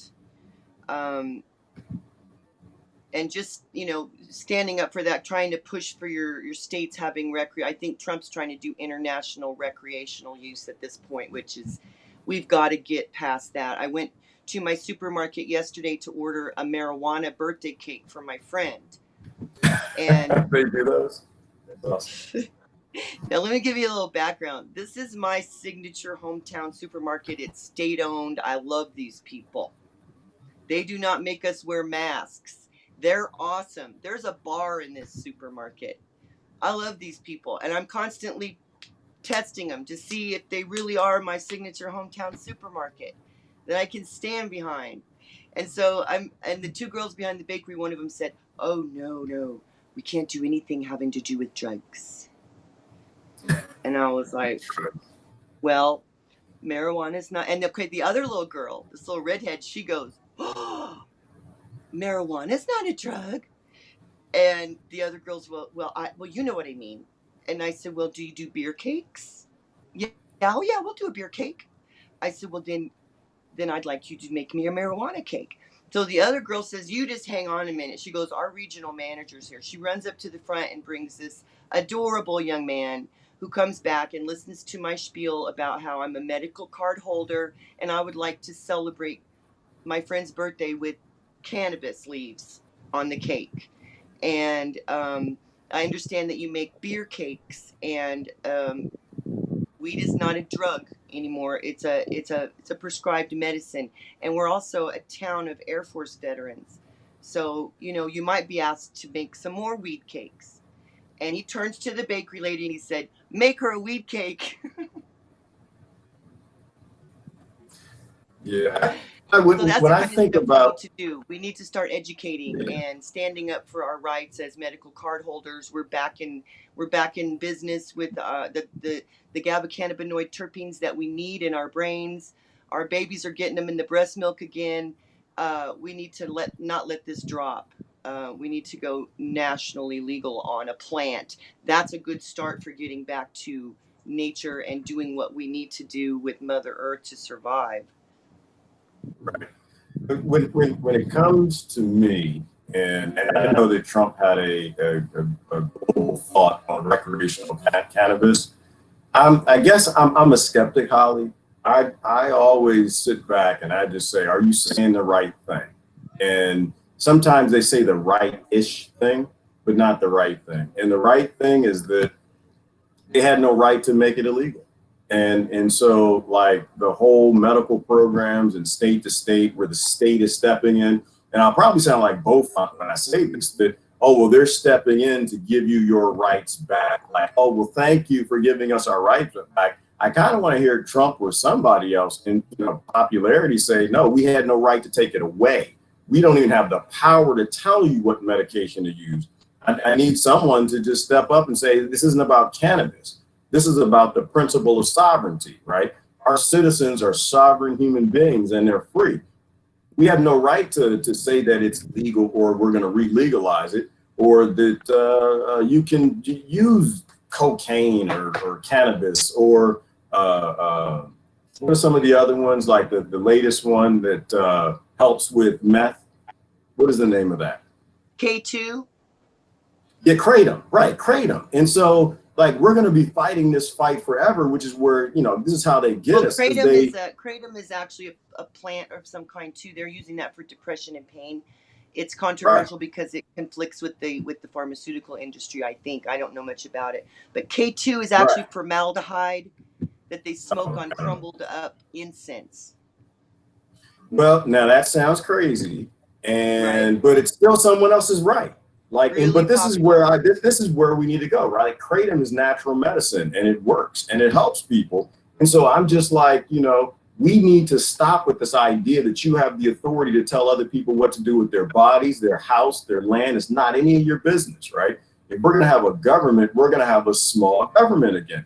We need, and so this is my point, is that I don't see him saying, or Obama or anybody else, standing up for me. And this is why I'm completely ejected from the political system. And I really don't care who's the president. I don't care who's in Congress. I don't care who's in the Senate. They all love them to death, but they all can go to hell because none of them are standing up for my sovereignty. Like, I finally realized I'm not a slave. I've been a slave my entire life. I've been livestock my entire life for these international trillionaire bastards. And I need someone to stand up. If I'm going to call someone leader, in which I'm not, but if someone's going to even fit in that category, then they need to speak the things that most of our friends speak here, which is sovereignty. They had no right to take any of those things. And all of those things need to go back. So people want to take formaldehyde, bleach, roll it up with some hydrochloroquine, pop something, put some cuckoo virus in it, stir it up, and that fixes their knee problems. That's not my business. Our government, it's their job to sit there and facilitate research. If anything, to say, hey, listen, if you do this, you're going to die. Okay. And if that's what you want to do, you want to go jump off a cliff, that's up to you. So I guess what I'm saying is I kind of see everything is still fits within this narrative that, hey, I'm your good master. I will give you cannabis back within the frame that you were still a slave and we never should have took it in the first place. That's kind of where I'm at. I'm just like, Holly is Holly, Will is Will. Mm-hmm. Will was saying if it's natural, I'm really getting, I'm a therapist. I'm a PTSD therapist, and I'm an international corporate consultant, and I set up employee assistance programs. I serve as the shrink for medical doctors and nurses in large hospitals and set up mental health support programs. And in doing so, in the largest hospital in the Middle East, I exposed a human and narcotics and adrenochrome trafficking ring. And after a 2-year international investigation of the labor violations and possible involvement with a member of my State Department, a prince was convicted. And before they could convict him, I was kidnapped and tortured for 17 days in a remote facility. This may well have been facilitated by this corrupt State Department official, and that is being resolved at this point. I have the worst case of PTSD now that I've ever experienced, even treating. I should be on 5 pharmaceuticals for the level of anxiety and sleep deprivation issues that I have, but I haven't. It's been 5 years since the abduction, and I use nothing but GABA cannabinoids and CBD. It's been a rough time, though. There have been times when I really wanted to go get that sleeping pill, or I wanted to get that wonderfully touted anxiety medication that Merck Pfizer just came out with to cover up for their class action lawsuit on the last 3 that they presented to the public. So it's been challenging to resist that and to reject that, but I'm real glad I have, and I can say that I'm here today because of cannabis. I had points of suicidal ideation in the beginning. I was so dissociated, but I've learned a lot about PTSD, and I believe now it's treatable. Not only treatable, I believe it's curable. And I, what I did, it destroyed my family, it destroyed my career, it destroyed my marriage. It all.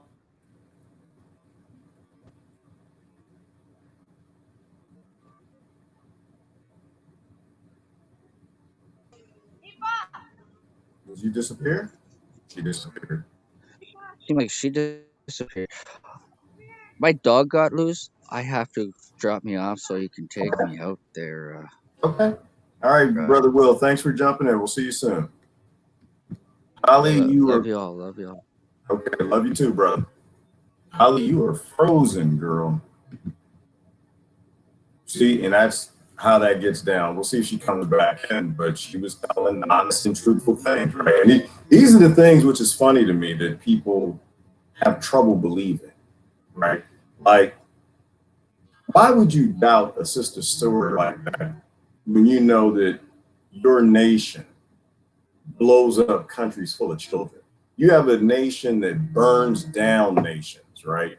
But then when people start to tell you these stories, people are like, well, what's the point? Why would you, Well, if you have people who are being abused by a system that people are cheering, happily voting for and promoting, you got to hear all the stories. You got to hear all the stories. I think stories are they tend to be what make me emotional, right? When I hear people say things that are just so fantastically evil, it taps into your compassion, right? It taps into your passion, it taps into your humanity. And then I try to ask myself, well, would they do that? And the answer from now that I've seen what I've seen is hell yeah. We have friends here whose story I won't even tell. People, I don't know why they share stuff with me that they do, but we have people here who've been kidnapped by husbands and boyfriends. And so the idea that government wouldn't do that is insane. For power and money, things that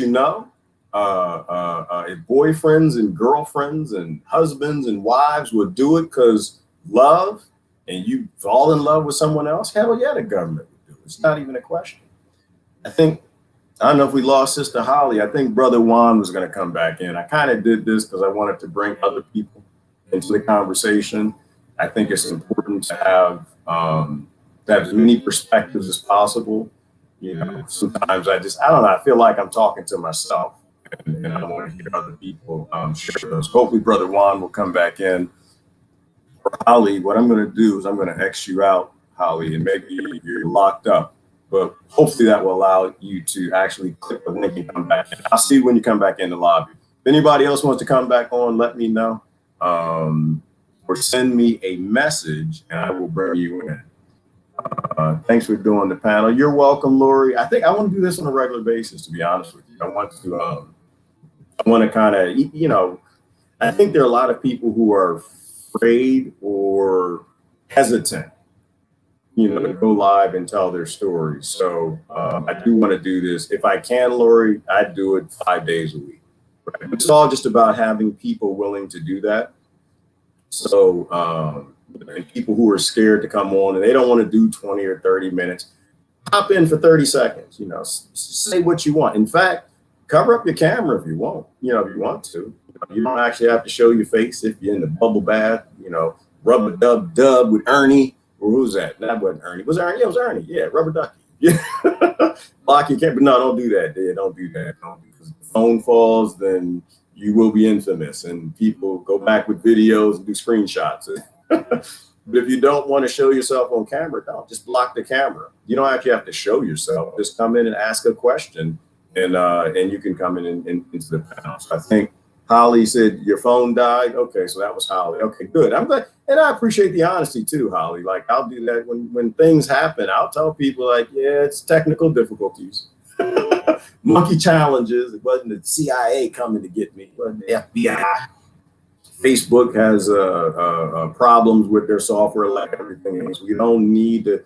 We're doing enough evil things, people, that we don't need to make up stories about things that are happening right now. Some of you comments, and then we'll see where that's. If someone else comes in, if not, I'm a roll. Let me see. Our government.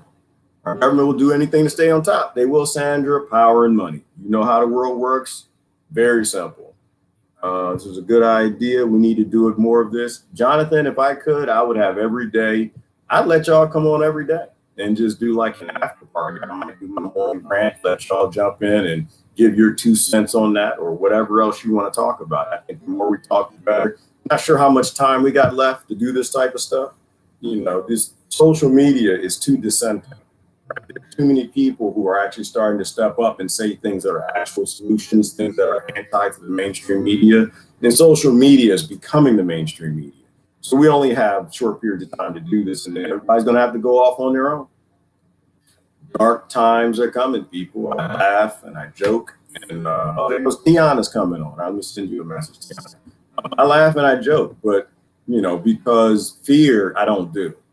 Fear I can't do. When people wear the mask, don't wear the mask. People scared of Russia, not scared of China.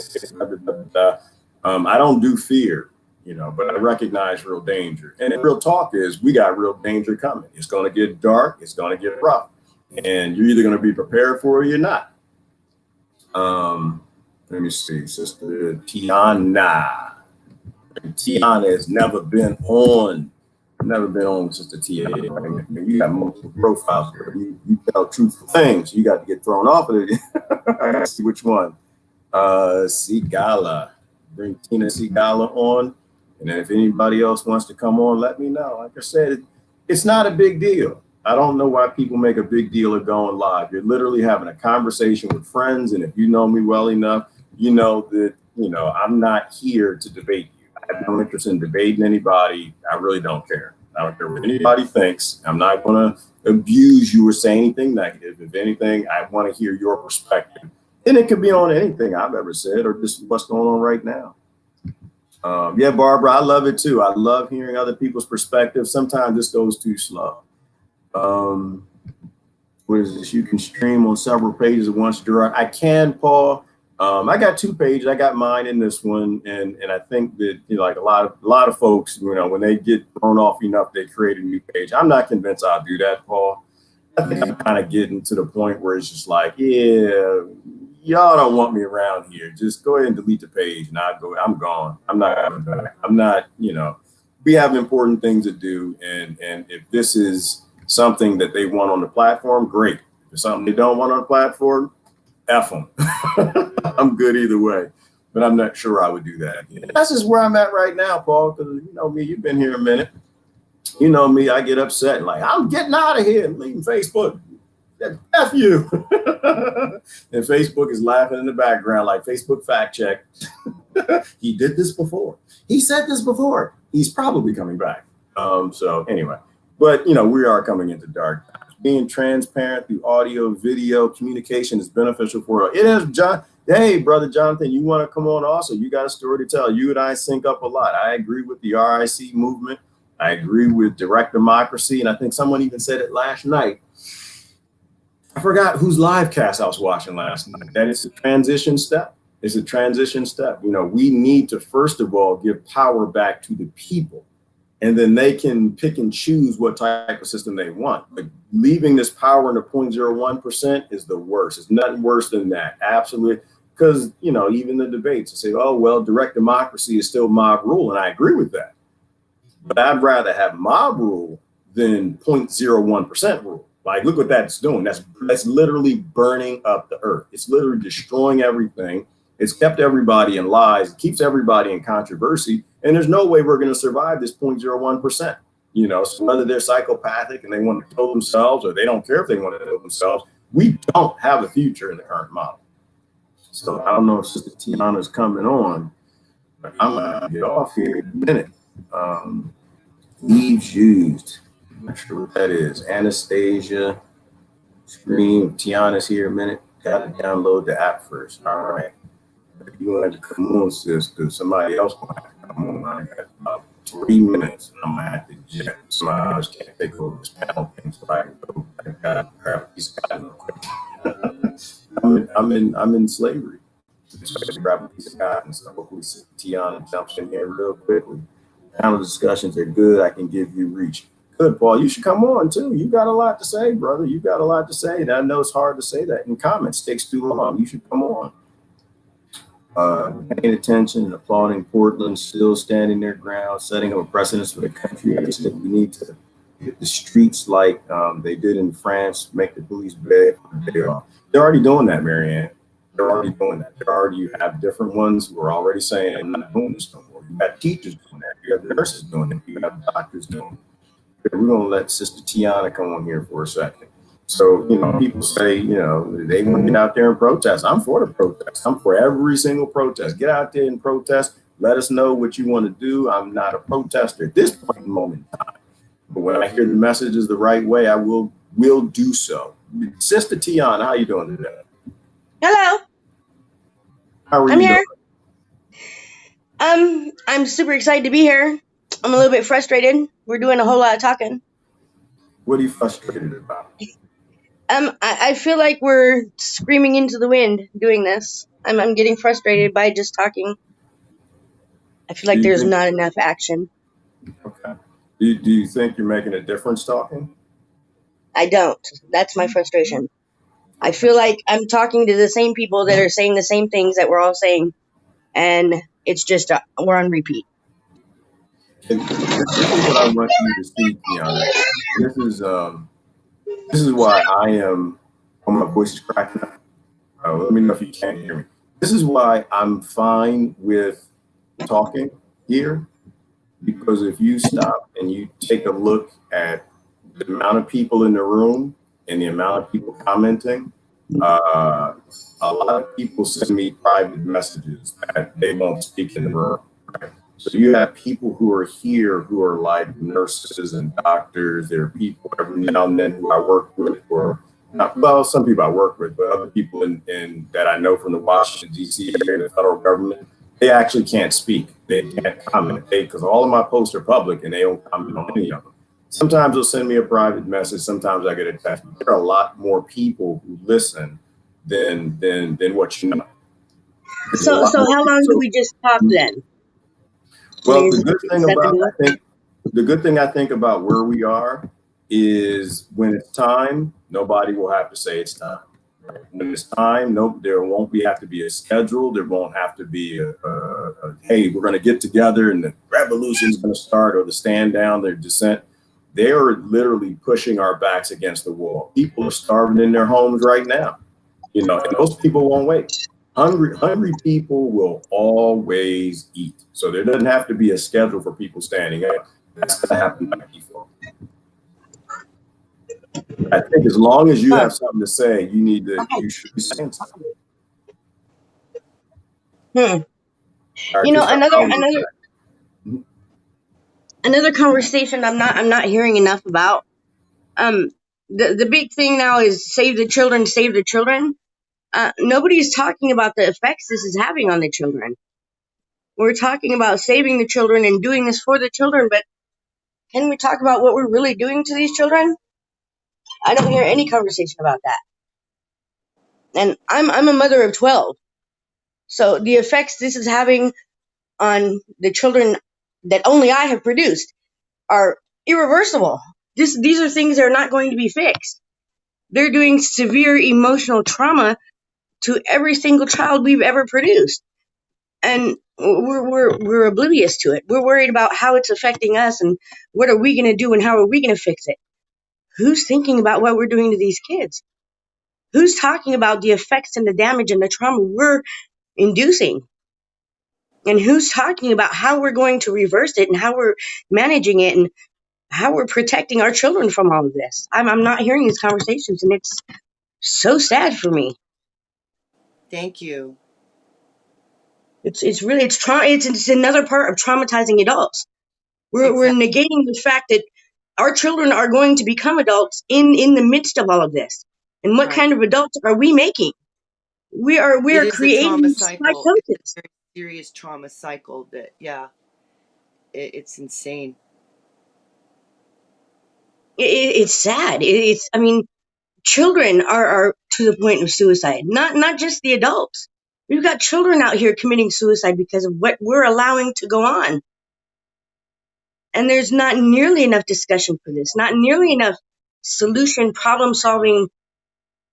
I feel like we're stuck on poor me. Look at what's happening to me. This is fucking me up. You're grown. You're doing this to your damn self. What are we doing to these kids? I'm sorry. I'm appalled. I'm saddened. My kids are dealing with this in the only way they know how, and it's not enough because the parents aren't even equipped to deal with it. So how are we helping our kids deal with it? I mean, these are just conversations that need to start occurring. Yeah, I'm gonna chime in for a second there because I know Beaufont's got something to say. Beaufont always has something to say. He's kind of like me. He's always got that unprecedented thing coming. One, I can tell you this, sister, is that people have always been talking about the kids, Tiana, from the very beginning. Like when I got involved, I think I mentioned before, it was the children's rights movement, and nobody cared. Like go back 20 years, nobody cared anything about these kids. I mean, we used to, from trailer parks to the ghettos to the burials, nobody gave two damn that they were coming in, grabbing kids, the psychological damage, putting them in other homes. The parents couldn't get them back. The power, like we've always been involved in human trafficking. So I love the fact that the Save the Children movement is kicking up. It's a wonderful thing. But the reality is the people who are saying the significant things are getting censored. So people are talking about it. And they allow, there's some level of discussion that is allowed on the platforms, but the two aspects I noticed, even back then, is you were only allowed to say certain things. And if you said something that was too effective and you're a parent, they'll take your children, right? So like the only reason that I think you don't maybe see as much as you would like to is the people with young kids, they know better than to speak up. And even when we were having the protest and back in that movement, is that if you were a grandparent, you were speaking up. If you were the aunt and the uncle, you were speaking for the child. If you were the parent, you didn't speak up because you would get a knock on the door or your kids would just disappear from the school.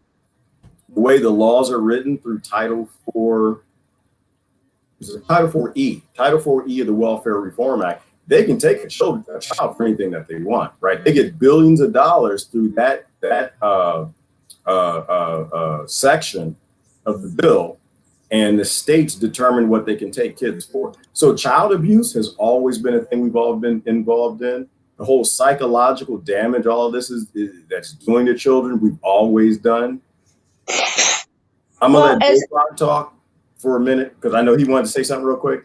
I wanted to interject that fact, and I don't really like to delve into the kid stuff, as you probably know, because I get upset, and when I get upset, I don't think we're like having a good talk. Do you want to chime in on that, Beaufont, or you just were coming back in? I was coming back in. I think sometimes the kid issue can be used against us. A couple weeks ago, someone was using the issue as a way of kind of virtual signaling. If you don't care about this as the most critical issue in the world, then you're basically you don't possess empathy and you're a monster. I think you can take any issue and try to do that. I don't know. I think everyone has their own level. I'm going to back up real quick. This was a discussion on enlightenment a couple of days ago, and actually yesterday, and one of the great things about that meditative process is whatever it takes for you to get it, and the circumstances for you to get it are unique to you as the individual. Your life is the ultimate guru, and appreciating the beauty of that is part of your own enlightenment, and allowing others to do that as they are an aspect of yourself is that as well. Sometimes these issues, when we take a look at what we think people should be doing, or are not doing distracts us from our own ultimate here and now. So I just want to caution that that's part of the only concern, the main concern that comes to me in hearing this conversation. With that is it, again, we have a lot of external stimuli out there to kind of distract us from our own here and now, to drive out what, and being told what our reality should be, divorced from our personal experience with it. Okay, can I give a personal experience kind of insight on this? As a victim of child sex trafficking, just having the conversation discussed repeatedly, just discussed, no action taken, just discussed, is, in my opinion, in my experience, re-victimization. Just hearing it discussed and talked about, and it's triggering.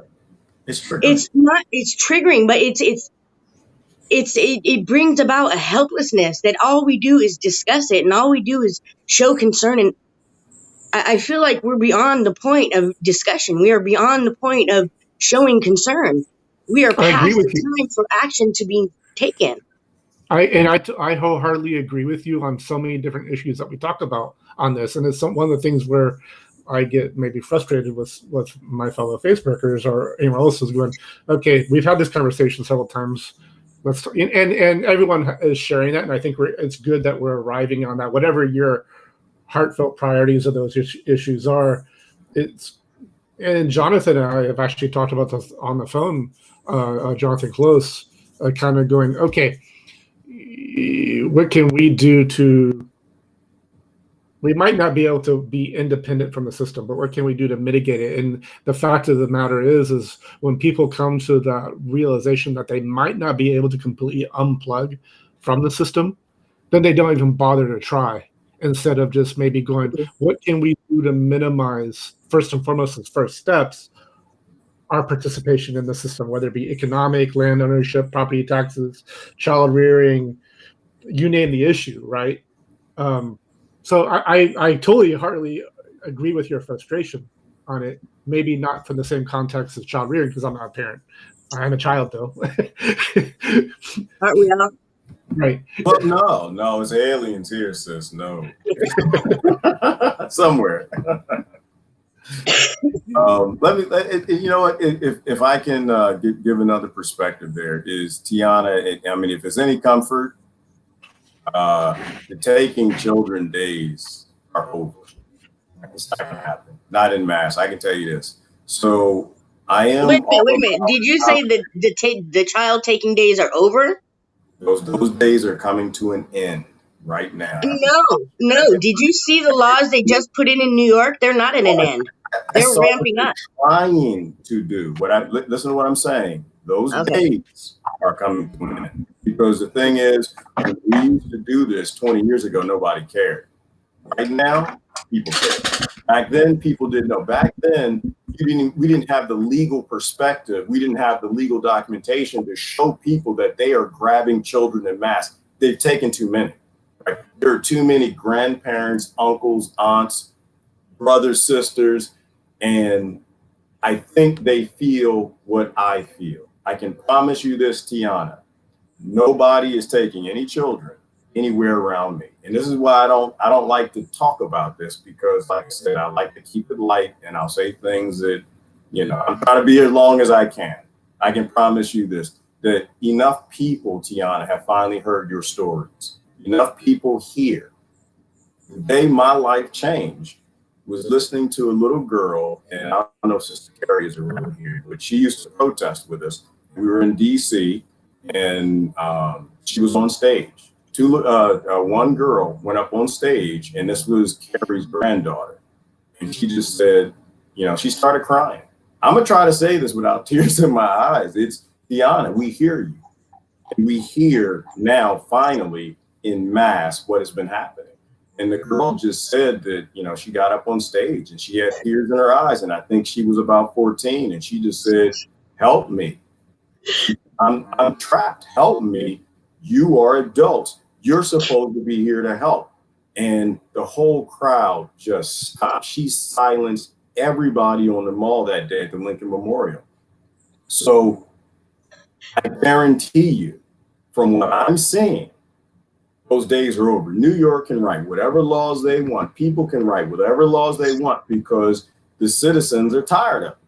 And they finally realize that these are not conspiracy theories. They understand that the number one business in the United States of America right now is human trafficking. And it's published. You can look at the budget. The war budget, and just above that is the budget they do for child protective services. So that day is coming to a swift end. That's what I'm saying. So the fact that they're pushing now, I'm fine with. They can push all they want. They can write every single law that they want. I can guarantee you that there are a lot of angry people now, and people are willing to step up because of everything that's going on. Everything from this virus to George Floyd to white lives, black lives, everybody's lives matter. People are pissed off and they're not going for it. So in abundant times, it's hard to get citizens to step up. Right now, the last thing, the last little piece of straw that might break the camel's back, and it will shut down the country for good.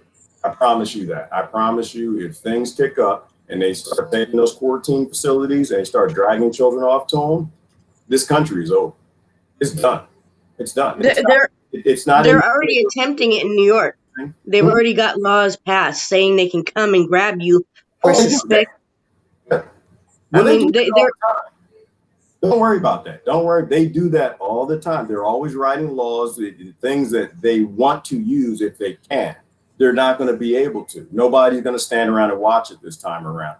You know, we still remember Germany. Nobody is going to stand around and watch that. They can write all the laws they want. Spitting is a crime. I could believe that. Spitting on the street is a crime. They don't arrest anybody for it. Right? So they can do anything they want. Like, where's Bo? There go Bofon right there. Like this point, Bofon is right there. Like how he always talks about government, right? And law, right? They can write any law they want. The question is, do they have the authority? Do they have the authority? And their authority is given to them by the people. Either people are going to go with it or they're not. You have multimillionaires now who don't have anything, right? Their businesses are done. They are washed up and they're trying to figure out how to feed their family. And these people are gotta be careful what you say.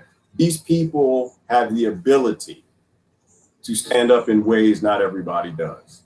And when those people have no other recourse, they'll default back to their compassion. So Tiana, the world is about to change. Just trust in that. Trust in that. The world, you just have to kind of try to be a little patient with everyone, all of us, and know that your story is out there now, and more people now care than whatever have. So if anything's going to happen, it's going to happen now.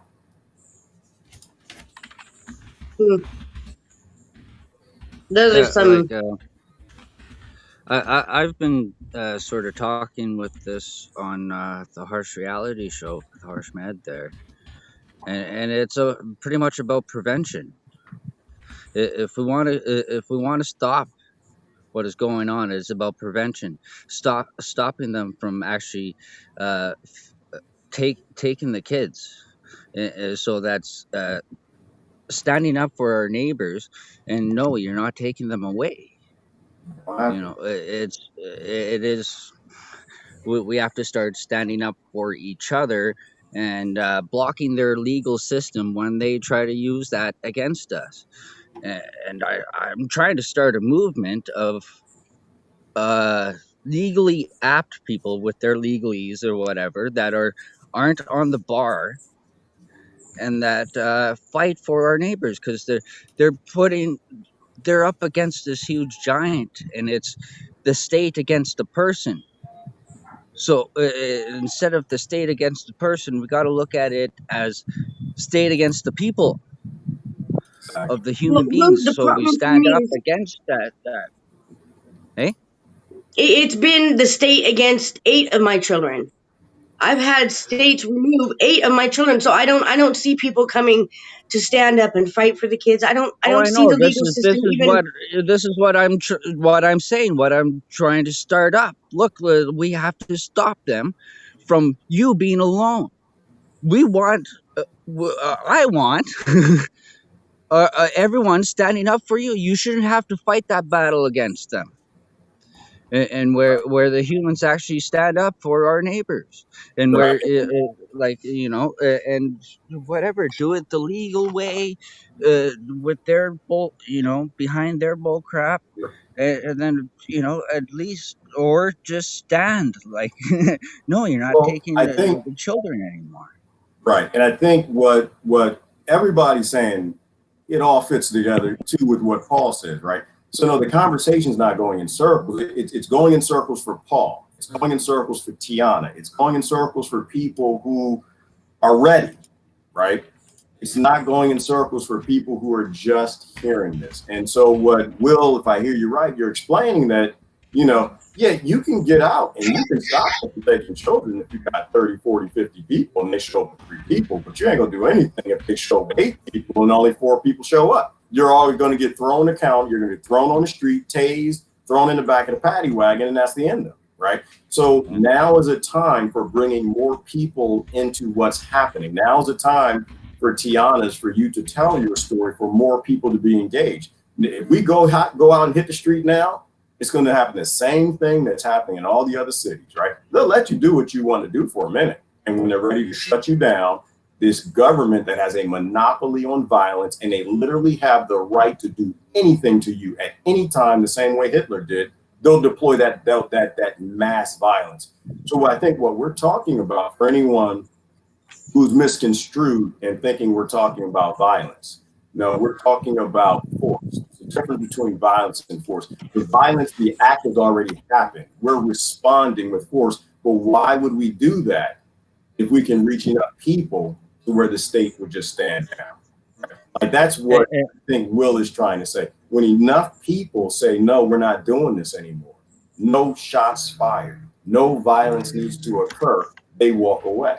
And that's how we can back them down. So that's why, people with certain level emotions, they want things right now. And I feel that, and I understand that.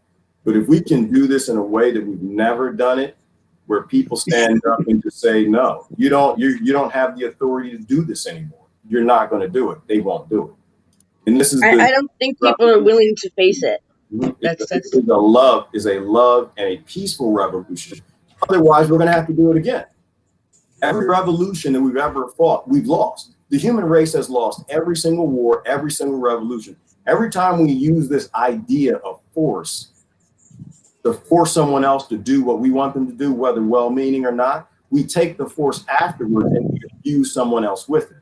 So that means in another 100 years, 300 years, they got to revolt against that and overthrow that. And this is where people like Beaufont, I appreciate what he has to say a lot, because he talks in terms of principles, right? At the principle level, if you use that thing, you become that thing. If you use violence, then you become that evil. You might as well have never used the violence, because evil's going to win no matter what, right? You can't use evil's tools to stop evil. You got to use love. And so what we're trying to say, I think, Will, correct me if I'm wrong, is that enough people, it's a walking away and a no longer consenting to a system peacefully, and it happens overnight. Hey guys, I'm going to step off so that other people can join. Oh, nobody else is trying to come in, Beaufont. If you got to go, you got people. Okay. You got Tinkle? You got to take out the wheel. You got to go. What's wrong, Beaufont? I do have to do that, but I can step out. I'll stick around. Are you trying to go? You got Boo Boo? You got number 2, number 1. Which one you got to do? If you got to go, just say you got to go, but nobody has to come in. No problem. I'll stick around then, but I will go rest. Are you sure? You have a cup? Because sometimes you get the bottle, and if you got the bottle, we back. We haven't learned the Gerard evasive maneuvers to duck out and pee in the middle of a line. No, it works with Gerard. Just show your feet. Like, what the hell? Why is his feet getting wet? What the hell is going on? Show him your feet. Makes him run. Oh. You know what? Okra. Somebody grab some okra. Yeah, that's not gonna happen. No, that's violence here. That's no. We said peaceful solutions only. That's what. I trying to keep it light. We cut Will off in that, so let's. But my the internet went messed up. But Yeah, what I was going to add, look at Standing Rock, okay? It took years, but all they did was stand like a rock. They uh, Okay, but Will, look at what and they happened. got what they want. They Yeah, didn't get what but they it's want. still they got what they want. Yes, they came, they attacked. Yes, they did. But they didn't fight back. Okay, that's an act of peace. So we're I'm going to not going to. overthrow a completely corrupt government intent on killing the globe with just peace, with just raising our vibration and I love you and I love you and it's all going to go away. No, no, no. It's not quite. I love you. I love you. It's you're not going to do what you're not going to do, or what you want to do, and we aren't going to react the way you want us to react, because that's the way they want us to react. They want us to react with Mm. violence. They want World War III in the fashion of the movement of what they're putting out there, because that this is the big, huge movement that they're putting out there to piss everyone off. Okay, so but my question is, aren't they intent on setting violence against each other within each other? So wouldn't it throw them completely off guard if we just came together and spit the violence to them? I mean, Yeah, I feel like they're no, trying to incite violence. they're prepared for that. They're fully prepared. Well, We have no right. way So of there, fighting them. With their technology of what they have, if we actually try to go, we're no match for what they have hidden, military grade. right. We have no idea what they had. But so if I can, I'm going to answer that, Tiana. So how I just said, ain't nobody coming in my neighborhood and dragging children out their house. It's not going to happen. That'll be my last video, and I'll be glad it'll be my last video. I'm not standing for it. I've read too much, I've seen too much, and I know too much. But Tiana, that's what they want. That's me being a fool. That's me tapping into my compassion. That's me responding to the negative, dark vibrations that they put out there. I'm angry because of things that happened to you. I'm angry because of things that happened to other people. I'm angry because of that child in Texas, which was my last day dealing with foster care, when they put the child in the microwave oven and turned it on for 30 seconds. I was done that day. I fell into massive depression. The baby lived. But the point is that they want that from me. They want that anger, right? They do these things and they give us these visuals and they write these reports and they allow this and they pay that money from the United States Incorporated to states to do even more of this because they want me to be violent. Right? Like Will said, they're ready for that. They're prepared for that. They've legislated that. They have weapons that we don't even know about. But what they're not prepared for, Tiana, is for the whole neighborhood to walk out and say, no, this is not going to happen. They're not prepared for that. They don't know what to do with that. They know how to respond to violence. They want me to be a fool. They want me to go out there and try to stop them from dragging people out of their home. And they know that I'll do that. So we need to be smart. I need to take my action and put that away and let like wise people who are saying wise things like, Will and Beaufort, they tend to resonate in that space. And a lot of the hippy dippy people, right? Love, light. When I first saw the love, light people, Tiana, I was like, what the hell is wrong with y'all, man? What the love, light? What's y'all smoking that Chiba? But I'm just not understanding how that's going to fix everything. I don't. so let me ask you. Okay, so police are people, right? Police are people, and when police realize what happens to children when they're taken from their homes and they're taken to strangers' homes, and they realize this is a part of this human trafficking business, will the police who have daughters actually go to your house and take a daughter? I don't think you're understanding. I'm fully convinced they're involved as well. Well, I some of don't them think are. there's. Yes, I agree with you. Some of them are. Some of the judges are. Some of the teachers are. Some of the hippies are. It goes across the spectrum. But the majority of people are good people. They're just fooled, right? There's ignorance and there's stupidity. Most people aren't stupid. They're just ignorant of what actually is happening. Wow. Yeah, and once there's enough humans viewing other humans standing up and not fighting back in a way that's and then being attacked, this will raise huge eyebrows worldwide. You know, I think my frustration comes from seeing other countries come together and stand up, and I feel like they're doing something. They're in action. They're making an attempt to at least make their voice heard. And I think my frustration comes from I don't feel like just talking is doing enough. I don't feel like my voice is reaching enough people to change enough minds to make any kind of difference. So the question is then, what are you doing? What am I doing? I do as much as I can. I do lives. I grow food. I walk around with signs that tell people your government are fucking pedophiles. So that's the only thing you really can do. That's all each of us can do, is what we can.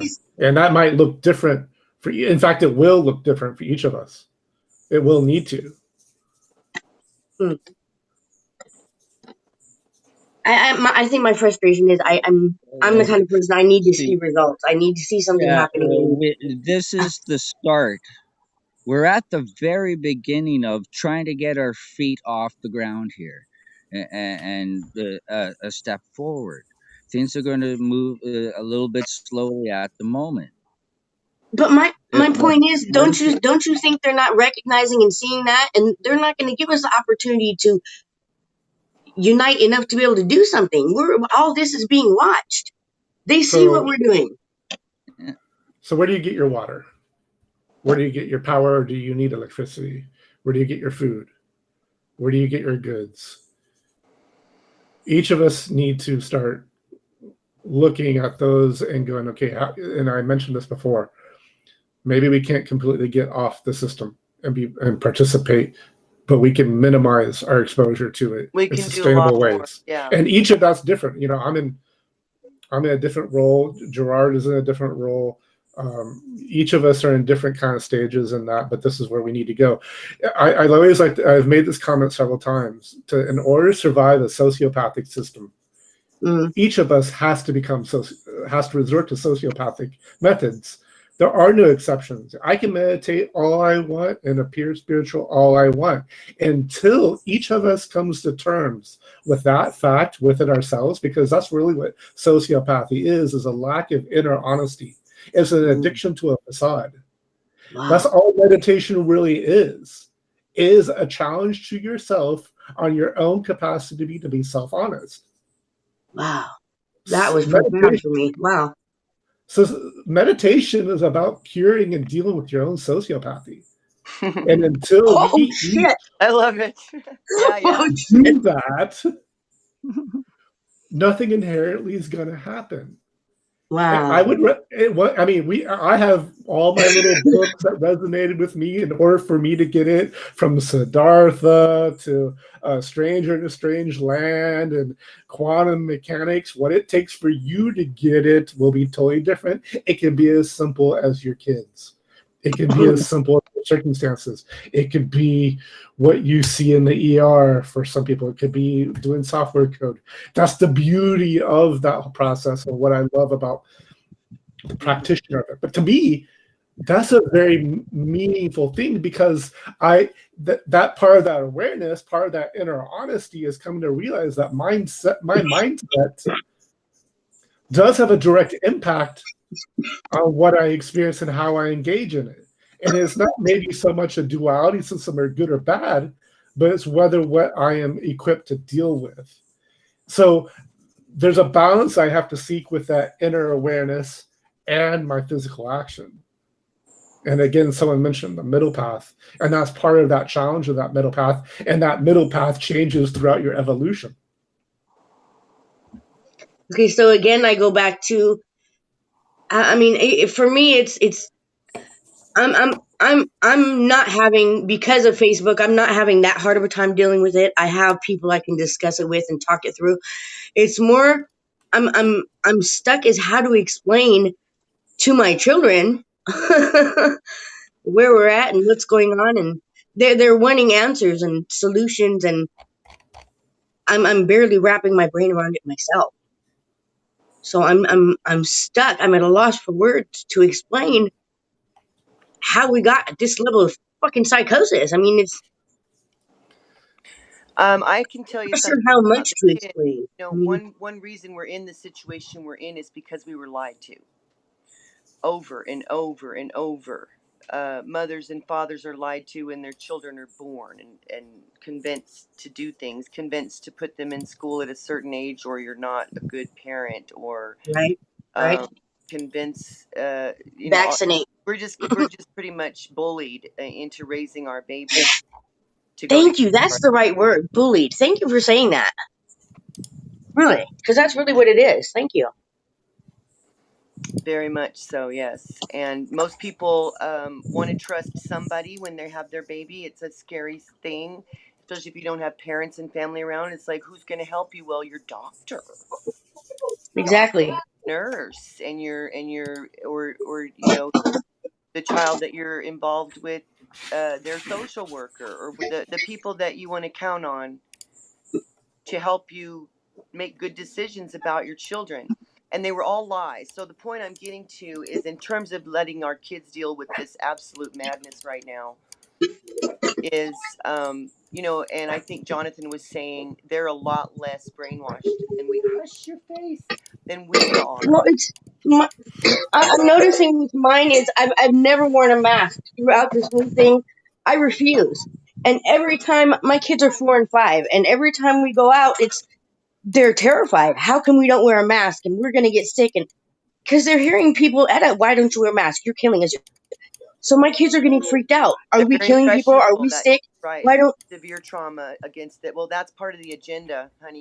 You have to know that.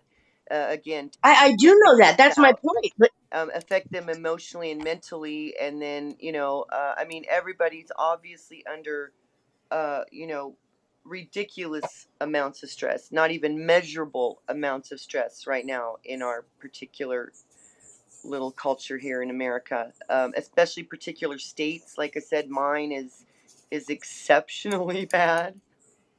yeah, Washington State's pretty bad too. It's bad here. We're out here in the wild, wild west. I'm waiting for the cowboys and the hippies and the hillbillies to wake up, and let's just take back our land of enchantment. But it ain't happening. We're in front of the boob tubes, you see, until we let go of that media, which is the media is the gatekeeper to, you know, uh, the temple. The kids want to come on. But yeah, in terms of your kids, I think just be honest, give them plenty of chances to, express, and just deal daily with stress. Art and music. It's I play binaural beats for my kids. I actually play the higher fibonation frequency YouTube videos on blast through the house all day. We're on CBD. We eat raw, as much live food as we can, clean water, and we cry a lot. We're allowed to cuss at each other. Just I'm so glad to hear that because I've been letting Hey, my kids do the same. I'm There's gonna a step off, random shit but here and a fuck here, and I get it. So what? Well, I really honor you and respect you. It sounds like you're up to some major, um, I'm a drama queen. nurturing and programming, if you will, and growing some humans. So thank you for your I'm concern about their emotional state. well. That's my point. I'm trying to raise emotionally healthy humans. I'm trying to raise humans that are not seeped in psychosis and freaking false realities and fear. I mean, fear is the big one. It's overtaking any and everything, and I'm trying hard to save my kids from that, and it feels futile at many points in time. It's just I feel like I'm fighting a tornado with a freaking hairdryer. It's just ridiculous. Well, that was a Yeah, and visual I just got. And it's like that went to now. go pee, everybody, just to let y'all know. He had to go tinkle, so he went to go tinkle.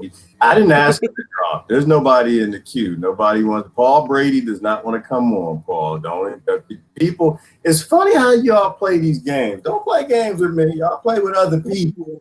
Say you got something to say, come say it. You know, don't say you want to say something and you don't want to come say it.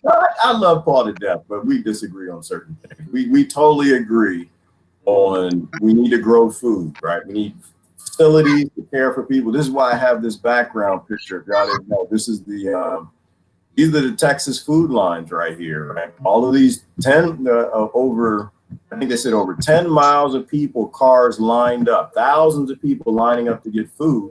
And so we totally agree on that. I think the only thing people disagree on right now is the when. And I do still stick by my point, which is why do it violently? Like, why waste our time? You know, it's like this reparations thing. They're trying to sell, you know, black people on reparations. I'm saying, why? 99%, 99.9999% of everybody with white skin wants black people to have their reparations. And that's a fact. They just want theirs too.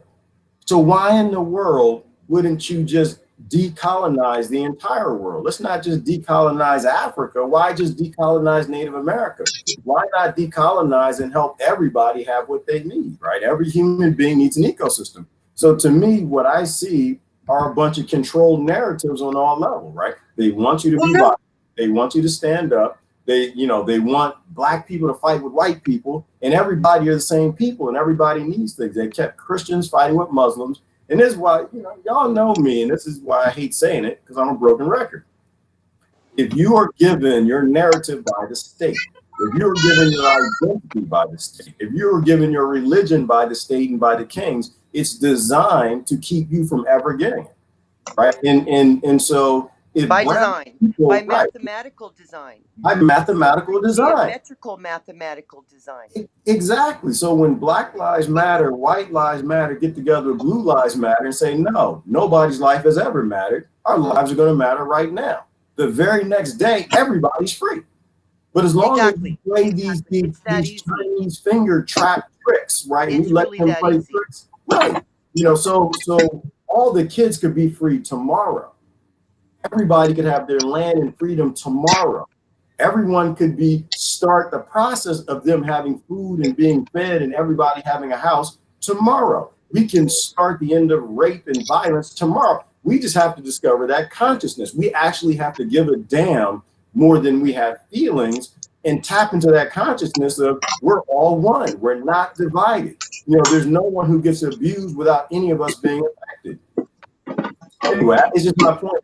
I don't see a point in a violent conflict where we're going to have to make this decision again in 300 years when we just say, no, we're not going to abuse people anymore. We're going to stop using false authority to force other people to do what we want them to do. And that's what politics is all based in. Yes, I agree completely. So getting rid of politics and psychopaths that run the politics would be the solution. Amen. Amen. To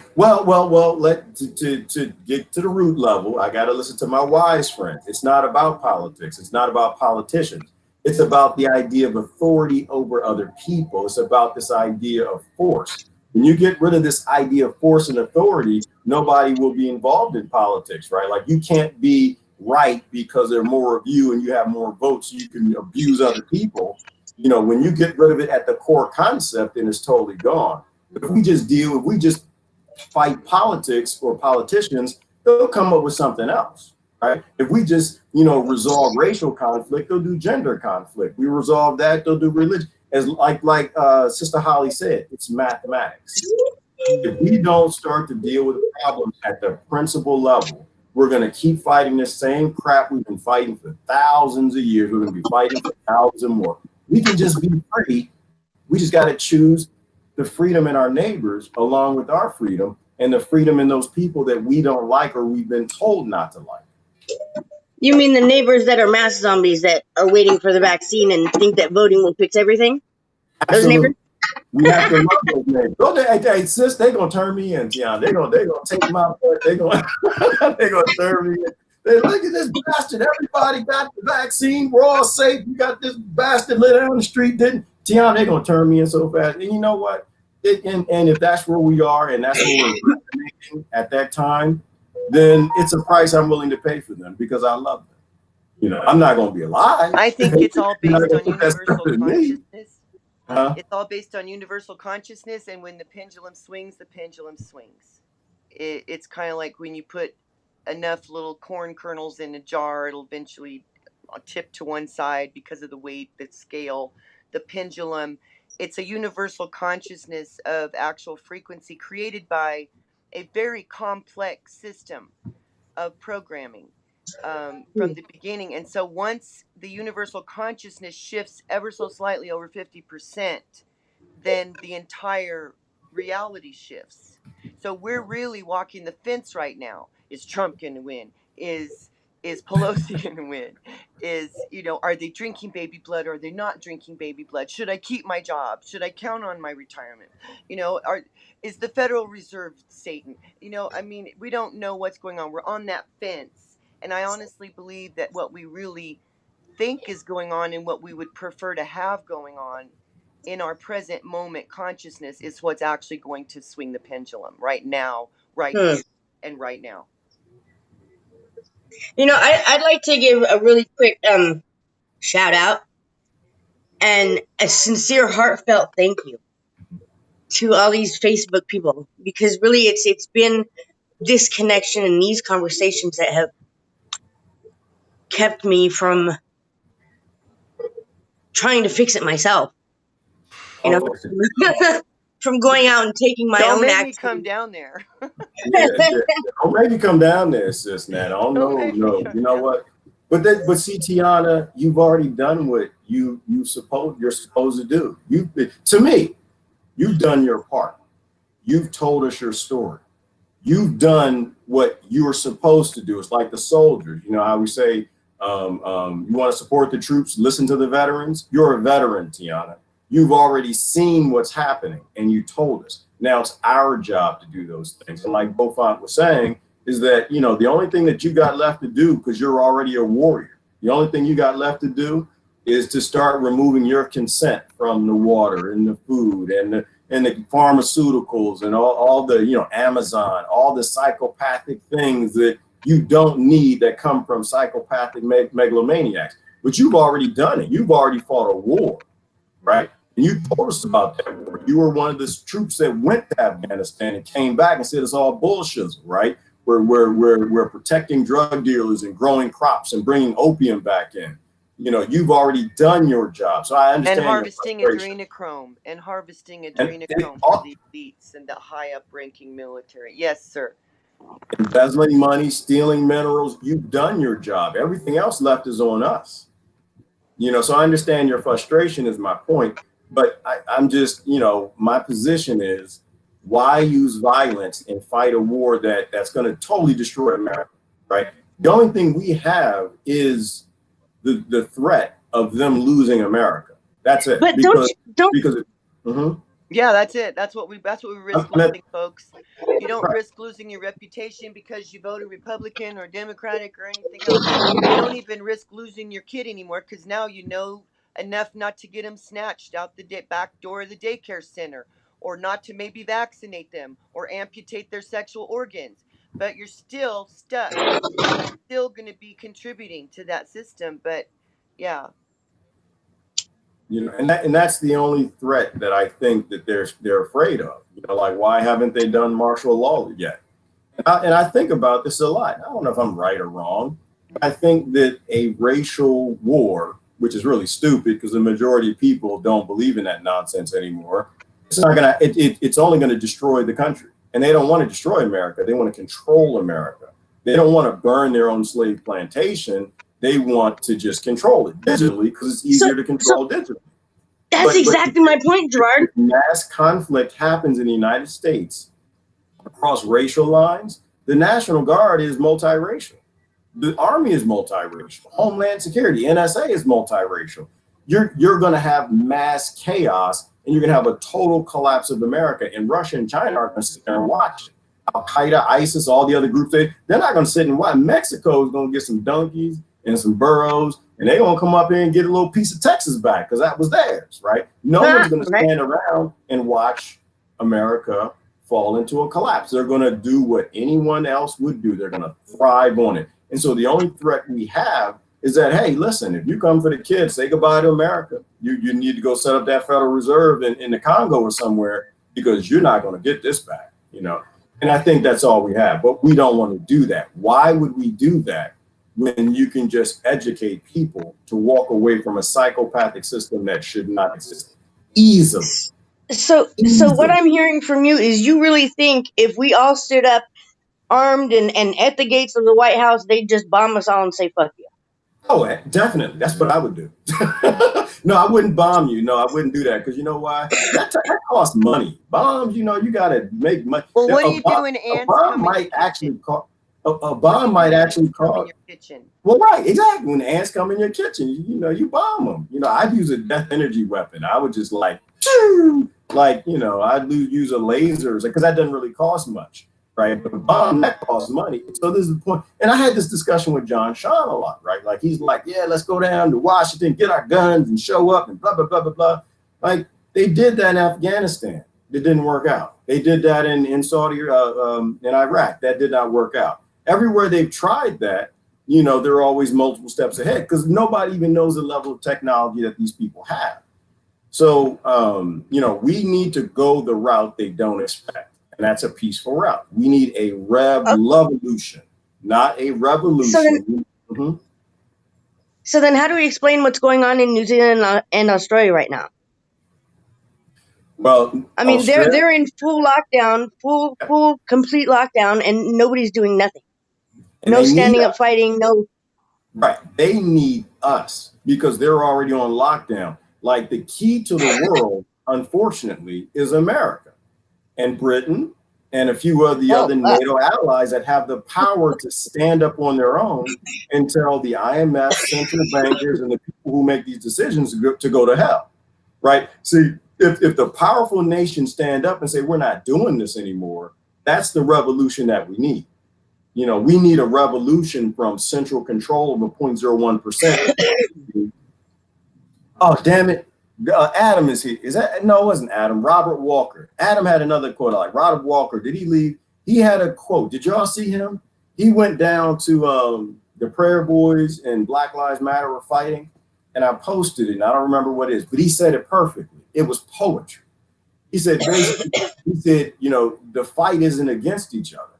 The fight is against a psychopathic, multinational, you know, billionaire group of megalomaniacs who want a revolution. They want you to fight yourselves. They want the Democrats and Republicans.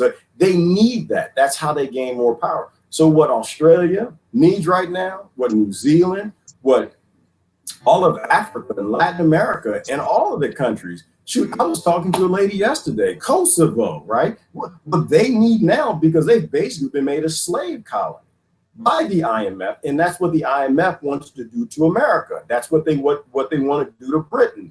They need to bring the people to their knees, so they will beg for the social credit score, so they will beg for the digital dollar, so they'll beg for a digital medical police state. So what do they need? They need Americans to start talking about consciousness, to rediscover the principles and the values that they say they embrace, and actually act on it, not to act on their political party, because that's all bullshit. They need to act on the real values that they claim that they have and walk away from this psychopathic system. I'm sorry, I wouldn't know, Tiana. I would not do you. I would not DEU you. I wouldn't do that. But I'm saying, if I were them, and this was my gate, and this is why, and I don't even judge them, and I were in the White House, and y'all showed up, we gonna take our country back with some 100-year-old things called guns. I just pressed the button like, pew, and that's the end of it. Well, my point is not to go and use your guns. My point is, if other countries were to see the United States standing up, not using the guns, but asserting our right to use our guns, holding our guns, bearing our arms, and showing them we are not going to be defeated. We are standing up not just for our country, but for every other country that needs a voice. Wouldn't that be like raising the conscience in our country and everywhere else? They see us standing, they stand too. And once we all stand, they can't win. Let's pretend for a moment that I didn't have to do. Paul put the link so anybody can click and come in. And let's say I didn't have a do weapon, and you showed up with a crowd of people with guns. Even if they were all unarmed, what I would do, I would put agent provocateurs in your group. I would have them with real guns and real weapons, and I would make sure that the media were focused on them, and I would have them start shooting. Yeah. Right? And then the whole world will see how violent and ignorant the Americans are, the people who see it on TV, because this is how they control us through the mass media. Oh, look at these people went down there and shooting up Washington, the thugs and crazy people and stuff. And that's how they play us. We keep playing into their plan, you know.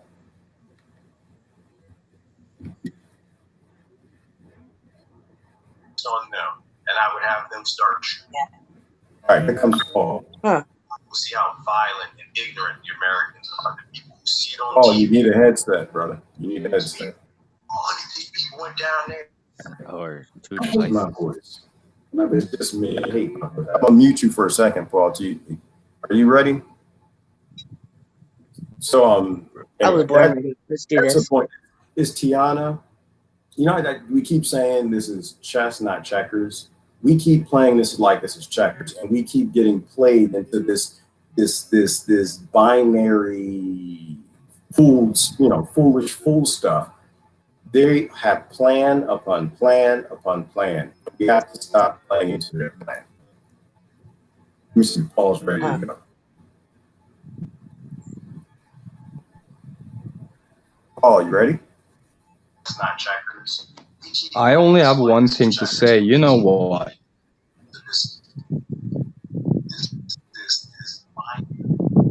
I don't know why you're avoiding the topic. We need to march. We need to protest. All this talking is not getting us anything. That's all I have to say. Who is that speaking? Can I ask who is that? Paul Brady. Huh. Well, I can't, I mean, Gerard, I get your point, and it sounds extremely valid. They don't want the violence, I get it, but I feel like they've pushed us beyond the point of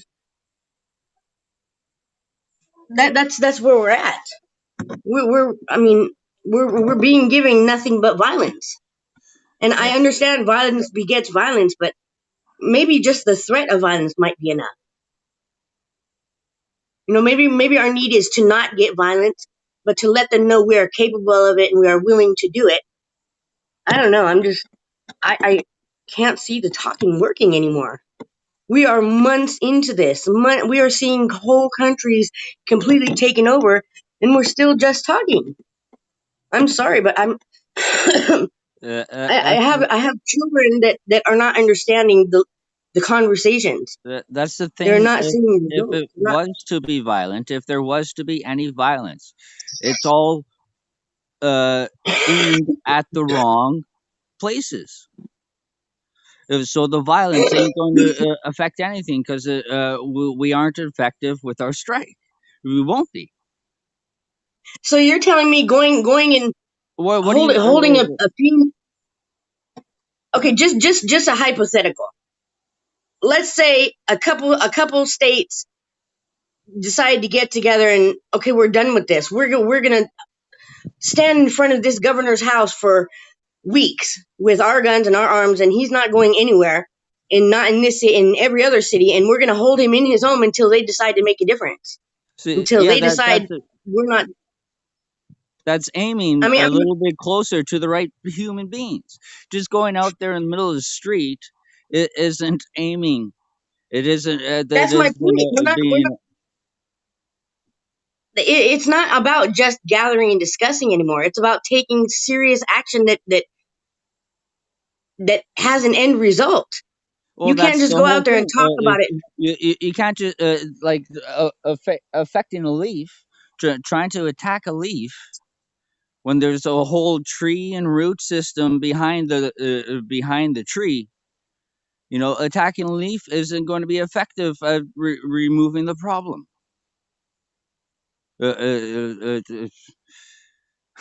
By no way means are we close to being together enough to form such a tactical move in where we strike of like the killing the Death Star, right? There's a 3 meter by 3 meter hole of where to strike to bring it down. Otherwise, there is no bringing down the Death Star. So And we're still to the point of conversing, and I'm sorry. well, I keep it's repeating about myself. I'm just we frustrated. have to start stepping away. It's not about you did this, you did that, you guys got to pay for this. It's about you guys are messed up. We're going over here. And do you really think they're going to allow us to just not participate anymore? No, well, that's the thing of What? where we stand. Then that will shed huge waves of look. Normal people are just trying to walk away, be peaceful, and then they're being attacked. We're But at the that's beginning been steps. going on. That's been going on. Well, that's the thing. At a huger level of walking, see, Standing Rock, they stood for years. Years. They finally got what they wanted, though. Yeah. For now. So here's, I mean, I guess I tried to give examples of how I think it'll play out, right, based in history. And just to go back and answer what Paul was saying, to understand, they want the reaction. Right? They want problem. They give you the problem. They already know what your reaction is going to be, and then they're going to give you the solution. Right?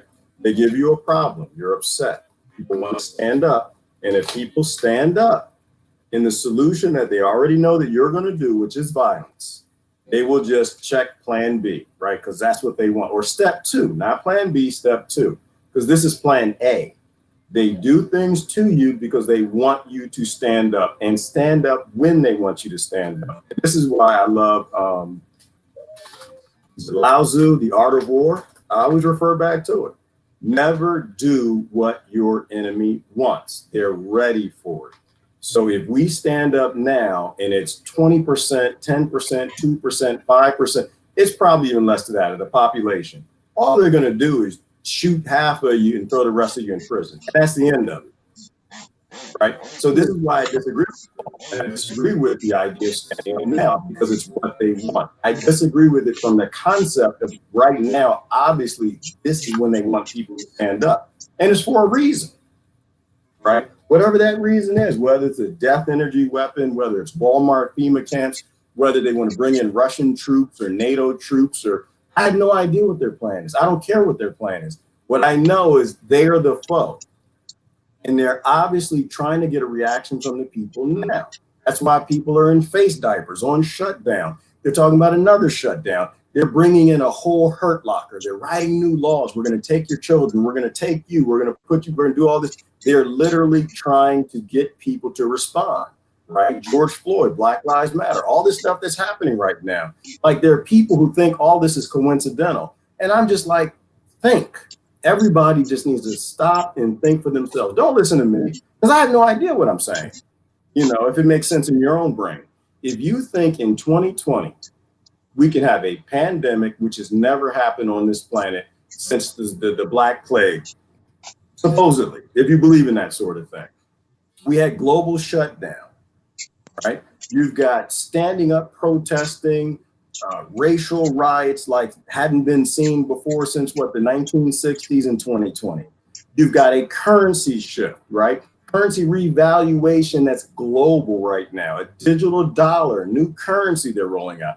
If you add up all of these things that are happening that have not happened within the same decade, let alone they're all happening within a few months of each other, and there are people who still think that all this is coincidental, no. They're literally trying to trigger reactions of the people. For what reason? Because they need the majority to go along with them in justifying whatever plan A is, moving to step 2, which is people standing up in the street and giving them what they want, which is a violent reaction. The only thing, once again, right back to the art of war. If your enemy wants you to stand on the hill, don't stand on the hill. If the enemy wants you to stand in the valley, don't stand on the valley. If your enemy wants you in the forest, do not stand in the forest. Why? Because they put oil all in the fields. And when your army gets in that field and you stand over that oil, they're going to light it. Never do what your foe wants you to do, ever. Just on that principle alone, that's how you fight. Boxing is a good example for those of y'all who understand boxing. The sad part is I think I've become severely manipulated. I'm seeing blood, and I'm mad because I don't get to see blood. But it's not you, it's all of us. We're all manipulated. We're all controlled opposition. They've been doing this for a very long time, and they did all of us from birth on, right? We're all controlled opposition. The only way we make it out of this, Tiana, is together. The only way we get out of this is together. We will not get out of it a few people going out to stand on the street because they're ready to stand on the street now. I get revenge. I know what revenge is, right? Revenge is reparations. I know what revenge is, right? That's just revenge. We can't act on revenge.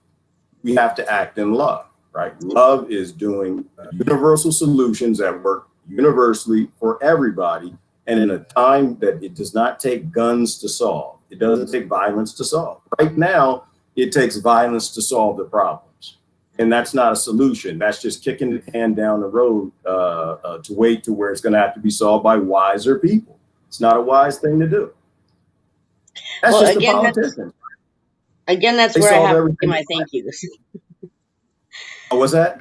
I said, again, that's where I have to say my thank yous, because there have been many times where I have wanted to just take them on myself and just rage my own war. But I come back to these conversations, and it's these conversations that help me rein myself in. So I'm very grateful. Thank you.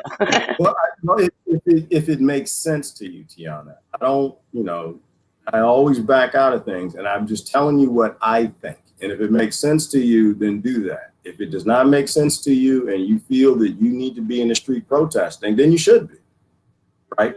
And that's good. And here's Paul. Paul's not afraid to get out there, and it's a good thing. And what I try to explain to Paul is that it has nothing to do with fear. It has to do with what you feel it's time to do at this point in time.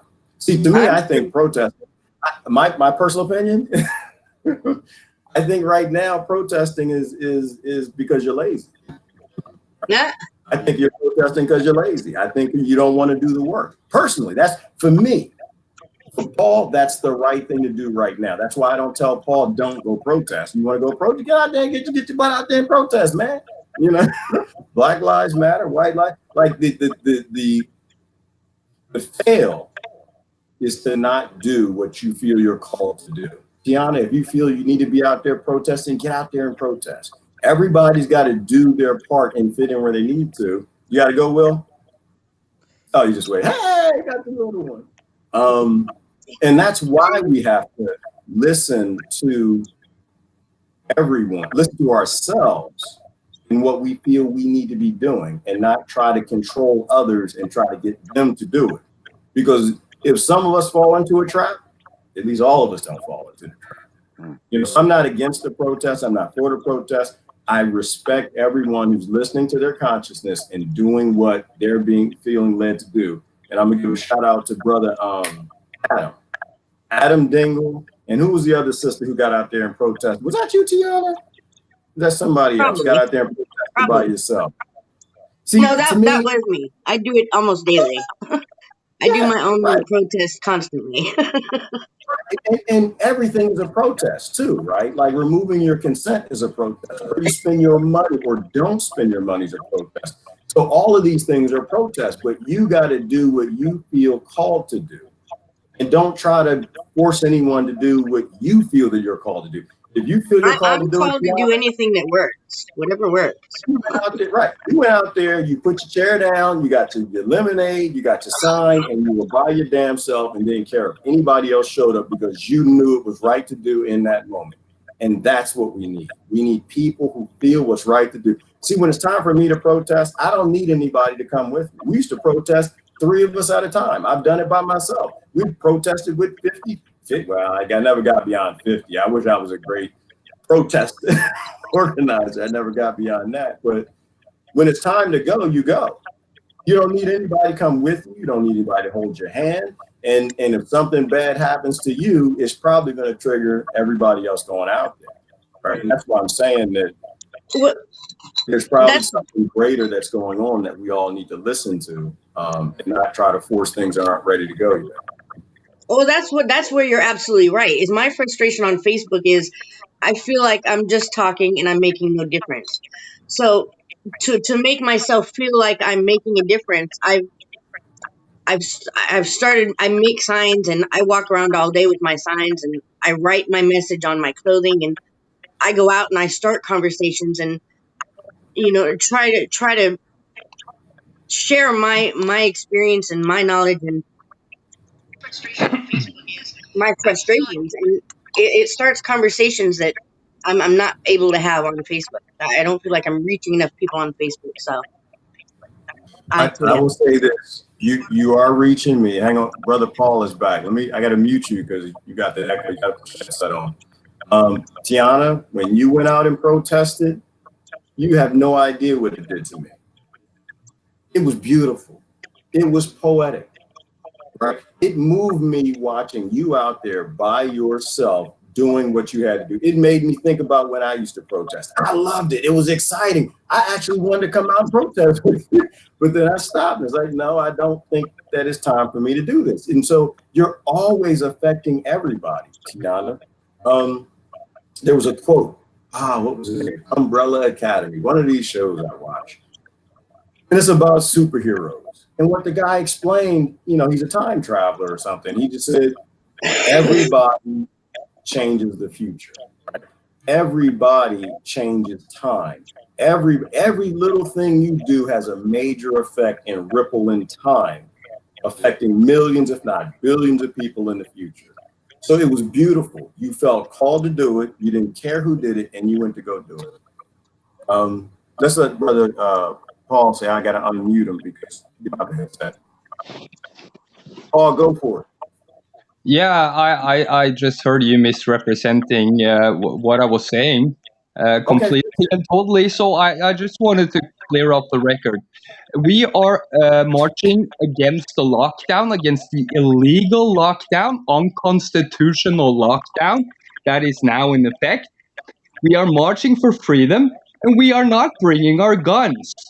We are asking people to join us so we can swamp them completely. And, they can stand there and throw their fucking tear gas at us. We will move. You understand? We are not the dumb people fighting back. We are the people making a stance. This is the important part here, okay? And if you people want to sit there and watch that happening, you are the weak ones, not us. We are out there getting our heads fucking kicked and bashed in. So, if you want freedom, you should fucking stand up and take it. That's my opinion. Okay? I'm done. And I respect that opinion. And I appreciate you having the bravery to come out and say that. My heart just broke for him. No, you know what? The thing is everyone has to do what they feel is right and when they think it's right. My perspective there, Paul, is when it's time for me to get in the street, I don't give a damn who's watching me get my face bashed in. I don't give a damn. I've had cops pull guns on me. I don't really care about that stuff. I resonate in a space when it's time for me to act. I'm just gonna act. I don't really care who sees it. I don't care if it has an effect, because when it's time for you to do it, then you do it. And don't worry about anybody else who's doing it. You just do it, right? Because it's time to do it. I'm not. Do I think now is the time to protest? Gerard, with all due respect, when they actually suspend the Constitution, that's when it's time. They've already suspended it, brother. It's already happened. That was in 1871. Damn it! That was already in 1871. He dropped. So, and this is kind of why, right? So you don't ever want to be in the space where they want you to be violent. You don't ever want to be in a space where they want to trigger you. You don't ever want to be in a space where they want to take your peaceful protest that you didn't bring any guns to, and they bring guns to it with agent provocateurs. See, I'm a person of peace. And when I do things, I want them to be effective. I don't want them to be more destructive, right? Like when you do something, you want to make sure that it has the effect that you want it to have. You don't want it to be played into something else. They've been playing us for 3,000 years. Yeah, but I'm not sure you're actually getting the part where we're telling you we're going to declare the government that sits right now in governance as null and void, okay? Because they have done something illegal. Suspend the Constitution. So that's what we're doing. We're asking everybody who's actually like a sovereign citizen and an adult and has, you know, a vote and stuff to join us and stop these criminals from destroying the fucking Constitution. Okay? I'm not against that. Yeah, but that's what we're talking about. I know you would rather just talk them down, but that's not happening, Gerard. Okay? No, I don't want to talk anyone down. My stance, Paul. That's what I'm saying. Now we come to the point where we have to actually get physically out there and show ourselves in numbers to actually fight this thing. Let me approach it a different direction. What are you fighting? We're fighting the criminals that took away the fucking Constitution. Okay. So you're going out to fight them or talk to them to get the Constitution? No, listen to me. We are making a stance. The only way to be seen is to go out en masse, and we are declaring the government null and void. We are firing them, okay? You're fired? Okay. And so are they going to be fired at the end of the day? Well, that's a process, Gerard. We have to first go out and declare it, don't we? Okay. So the goal of protest, which I agree with, is to interact with people to get them to hear a message, right? No, it's to declare the government null and void because they're illegal. It's just straight up law. To let people know. Finish. I reclaim my time. Okay? So you want to let people know something? No, we're going to You understand what I'm saying? No, Gerard, you're trying to reach people. Listen to me. They already know if something is illegal, then we take them to court. That is how it works. Okay. Now, but you don't have to go on the street for that. Let me finish. Mm-hmm. These people have physical control. That is the problem. We have to solve that problem, and that is not done by philosophical musings on Facebook, okay? With all due respect, this is the time for action, and that's what I'm saying. And I agree with you from your perspective. So you should get out and act. Other people feel that they reach more people. Hang on, I'll let you talk, brother.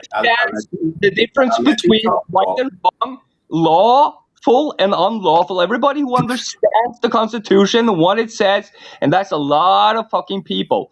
Okay? That's the people we are asking. Hang on. So you're one of them. I'm asking you not to just sit there and talk, to join us. Paul, I'm not going to join you. I'm not going to join you. So we've had this discussion many times, and I don't know why it's not sinking in. If you feel that you can reach more people in the street, you should go in the street. Well, I that's don't what feel that. I feel that they're going to show. Hang on. I'm telling you. Calm down. Hang on. I'm wise to what you're doing. You're trying to tell people not to stand up for their rights. Okay?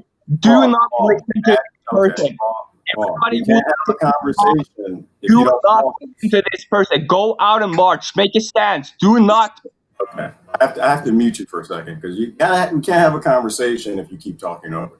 So if anybody that I've told to go out or not go out, please speak up.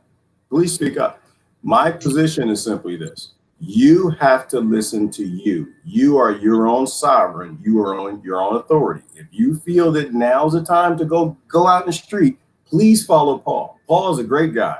He's a little passionate. He's a little excited. A lot of brothers. But if you feel now's the time, then you should go do that. But don't try to force other people to do what you feel is right for you right now. That's my point. Because if you get out in the street and you're in a place that you've been shamed into going, and what's been happening happens again to you, there's some things you won't be able to undo. But of course, if you sit at home and they get out and progress is made there, you're going to be upset as well. So that's kind of my point. My point is very simple, is you are a sovereign, whether it's government abusing you and compelling you to go do something you don't want to do, or it's your friends. You need to listen to you. And so what I feel is that, yeah, if you get out in the street, you're under their control. Right here, I can say a few things I want to, and they delete the video, they social, shadow ban it or whatever they want to do. I go about my day. I've got other things I got to do. But if I give them a whole day and they show in the media what they want to show, who they want to show it to, then that's something different. So I mean, that's my perspective. I don't tell anyone what to do. It is bull. Okay, Paul. So there's nothing I'm addressed as well. This is why I read the law. And Tiana, this is why I stopped protesting back when I used to organize protests.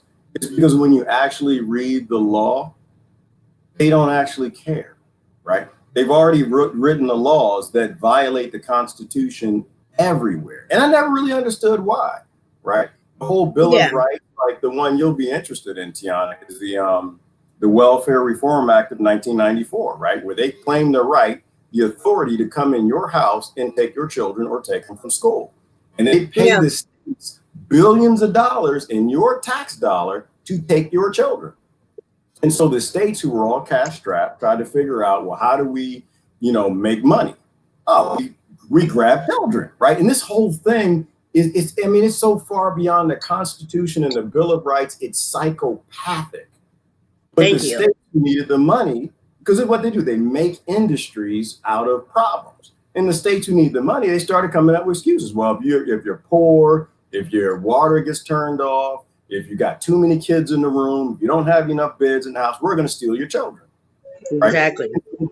They don't care about the Constitution. That ended in 1871. And this is why I do what you did, which is I appreciate the people here, because if it weren't for them, I wouldn't understand that. I would still be yelling and screaming Constitution, Bill of Rights. I still believe in the Bill of Rights and the Constitution. I believe what Paul believes, absolutely. Hands down, the brother's right.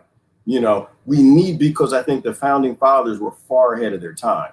But until the Act of 1871 is addressed, right, we have a governing corporation that runs our country, and they don't care anything about us or that people. Exactly. So if you feel like you got to protest, go protest. But the thing is, when you do, you got to take that with you. Like Brother Robert Walker, I started to talk about that. So he went down there and he had Black Lives Matter, spraying pepper spray one place, and he had the prayer boys were spraying the other place. And Robert Walker, you got to appreciate the man. He's like, he did the same thing you did, Tiana. When it's time to go, I'm gonna go. I don't need nobody to come with me. I don't need to hold my hand. I got a message I believe in. I'm gonna go do it. And Robert Walker was smart about it. He went down there, said what he had to say. And when they started spraying on it everywhere, he got back in his truck. I told you what I need to tell you. My job is complete. Now I'm going home. Right. So there are people who feel it's time to get in the street and people who don't. I'm one of the ones, for me, It's not time. Right? I don't think enough people know what's going on. I don't think enough people understand you're going to have agent provocateurs in the crowd, that even if it's peaceful, they're going to make it violent. When they make it violent, they're going to show exactly that portion on TV. They're not going to go find Paul Brady, who can speak, in a very educated manner, what the protest is about.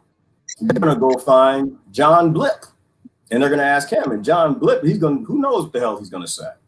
But this is what the media does, right? Here, I think we still have some degree of control in the streets, where the only way people know what you're talking about is going to be on ABC, Fox, NBC, and they're going to promote it in a way, that works for them. So that's what I'm talking about. Brother Paul, I think he's coming back in.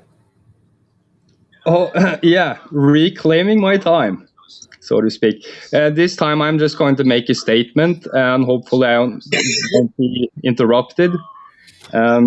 Again, you know what a citizen's arrest is, right? Yes, everybody knows. Yes. Everybody knows this. And also, you can have a crowd of people, citizens, making a citizen's arrest. You can also make a citizen's arrest against somebody who is in office. And if you have proof that they did something illegal, then you can go and make that citizen's arrest right now. That is what I'm trying to point out. All this about ideologies and whatnots, and what people, want, Aunt Jemima to look like next year. I don't give a F, to be honest. That's not what I'm talking. I'm talking about getting criminals in jail for their criminal activity. And, that's a bottom line thing. We have a law. We have agreed to a certain extent what that law is supposed to be, at least when we're talking about the Constitution. So let's get back to the Constitution and let's fix the Constitution. And that's about it. Thank you. Okay. So, and I agree with everything that Paul just said. I disagree with the citizen's arrest part. Right. So in terms of the law, they actually haven't broken any laws. You look at the NDAA and you look at the Patriot Act, and there's probably a dozen other laws that make everything they do legal, like stealing children, right? They're not actually breaking the law. No. Untrue. It is not just because they put it into Paul. I don't like to hit the mute button, brother. I don't like to hit the button. You talk, then I talk. So after the Act of 1871, they gave you a different constitution.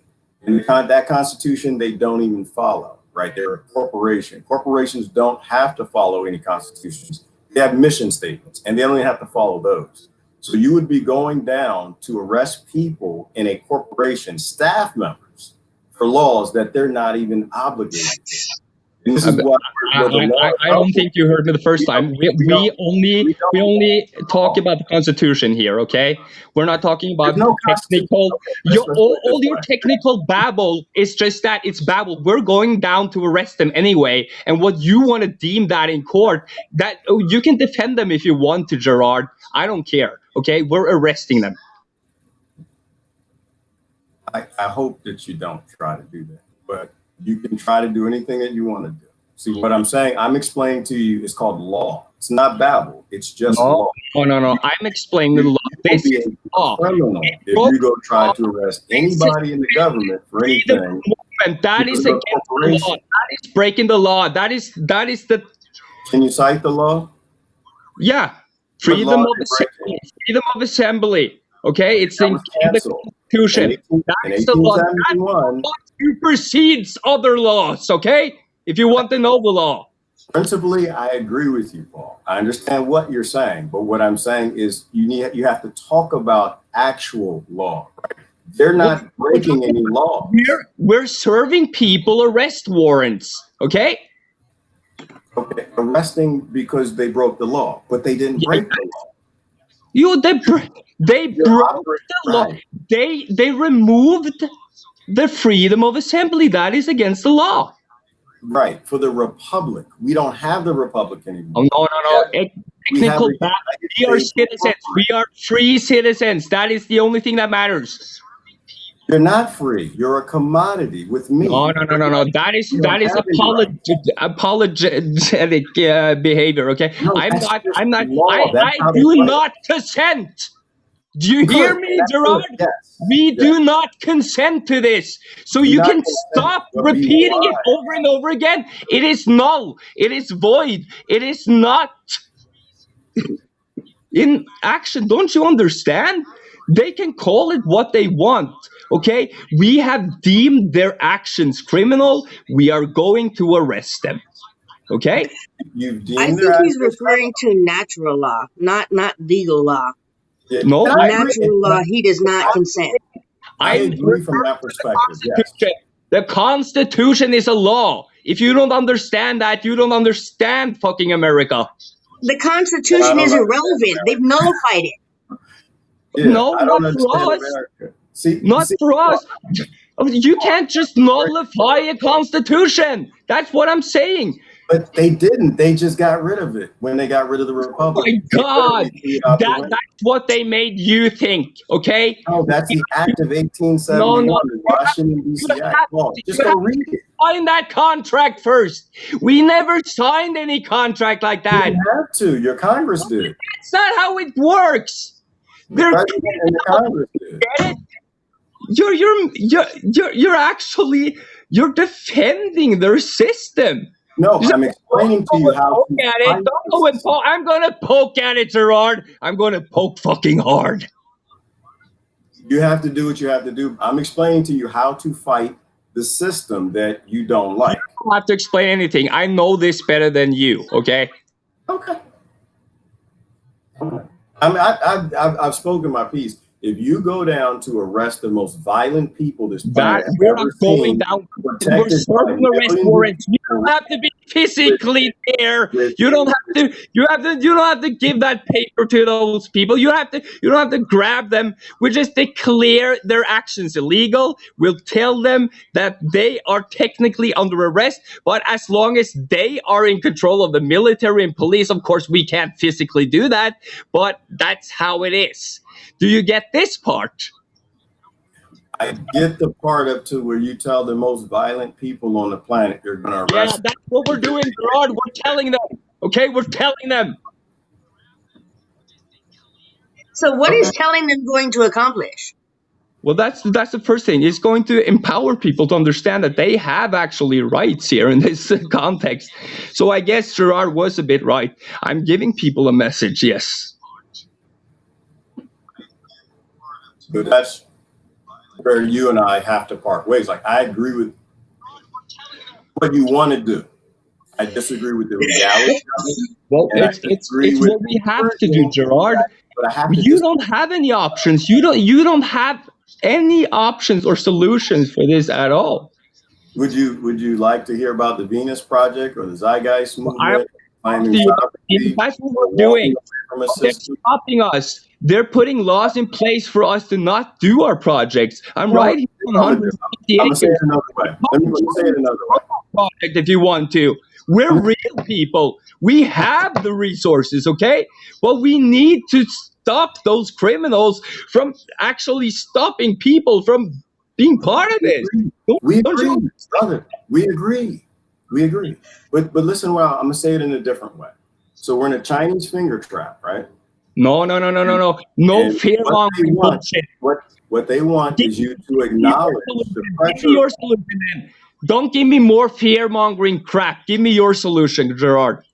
That's not fear-mongering. Let me finish. I'll let you talk. Let me talk. So you're in a Chinese finger trap. The government's pulling this way, and you feel that you want to pull this way.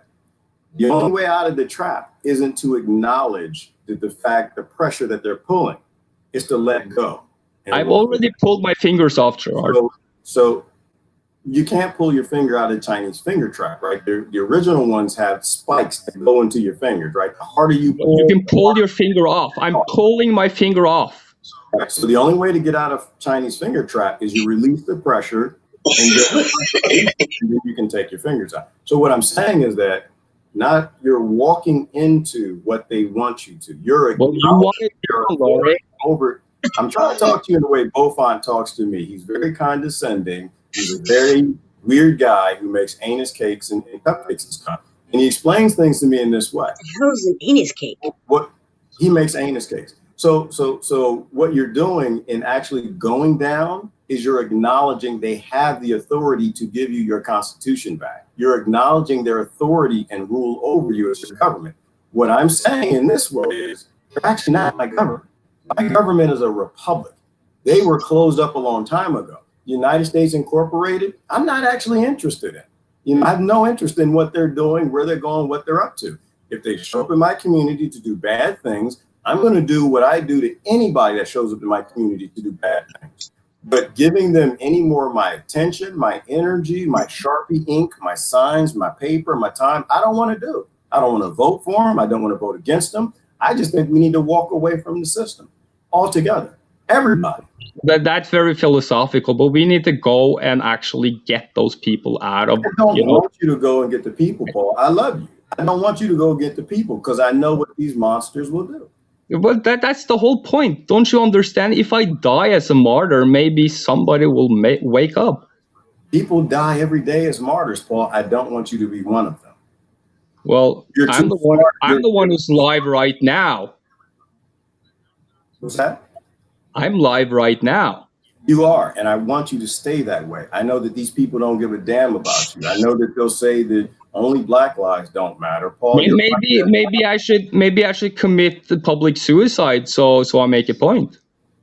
That's not going to make a point, Paul, and we don't want you to do that. But don't talk that way because I can't keep this going, having those kind of discussions. Well, you do understand that I'm dead serious about going and arresting these people, and you're talking about all kinds of other stuff that is really not. That is what they're trying to trick us with. Okay, that is what they're trying to stop us with. We have to see through the bullshit here. Okay, they made up 1,000 fucking laws, illegal laws, and now we are going to tell them. Enough is enough, okay? And if I have to be that fucking martyr, I will, okay? We just had how many tens of thousands of martyrs in California for the shutdown that committed suicide? They're not me, Gerard. I'm the one who's live right now. I'm in your head right now, Gerard. And people aren't even talking about it. And nobody's talking about me. Right? Nobody's talking about me, and nobody's talking about all the people, the million people who lost. Well, it's 1 million around the world, they say, in the shutdown, and hundreds of thousands in the United States who died in suicide, abuse, murder. They couldn't get to the hospital or too scared to go to the hospital, and they're all dead. And nobody's even talking about it. Nobody even cares. They're just wearing their masks. You know, for me, when I do something, Paul, I want it to have an effect, right? And so I do the strategy. I want to get here. And so how I get here, I got to do this, and it will equal that result. Right. But right now, anyone who's martyring themselves for the police, every day somebody's out there martyring. Is Jimmy T still around here? He's got a bunch of friends who are doing this every single day. The police are beating them up, shooting them, throwing them in prison. They're martyring and nobody cares. Yeah, they're fighting the enemy, Gerard. It's beautiful. You should fucking join up. If all of us did that, we would fucking win. We would have a lot of casualties, yes, but we would win in the end. Trust me. But they're not fighting the enemy. They're fighting their brothers. See, to me, the police aren't the enemy. To me, you have to understand that the leader is not the problem, Gerard. It's the follower. Those people who choose to follow them, that's the problem, the minions. See, the order followers aren't my enemy either. My enemy is the principle of power. Well, that's not even inside this country. I don't think anybody is my enemy. I think a lot of people are their own enemies, and I'm going to help them understand that.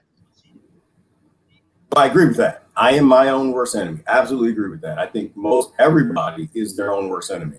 But as far as stop that. As far as people who are order followers, they were just born in a different place. And if I were them, I'd be them. So they're not my enemy. They're people who I'd love to educate and I can't educate them if I'm spraying pepper spray at them and they're spraying, mace back at me. There's Well, no education happening. you're not supposed to be spraying the pepper spray. Didn't you see what Dr. King did? He marched with his people arm in arm, okay? Mm-hmm. And they picked them up and they threw shit at them and they kept on, but they kept on too. And that's beautiful. That's what we need. Did it work? It did. It did fucking work. Don't you, didn't you get history? Didn't you get history? A lot of things fucking changed because of that march. And if you want change, I agree. Different, if you want to say different, then I will challenge you on each and every point that Dr. Martin Luther King made the United States change because of that march. Okay? He definitely made some changes. Definitely made, but it didn't make a difference. Oh my God! Now you're at it again. Okay? Do you make a difference, Gerard? No. Yes, that's a lie. Yes, you do.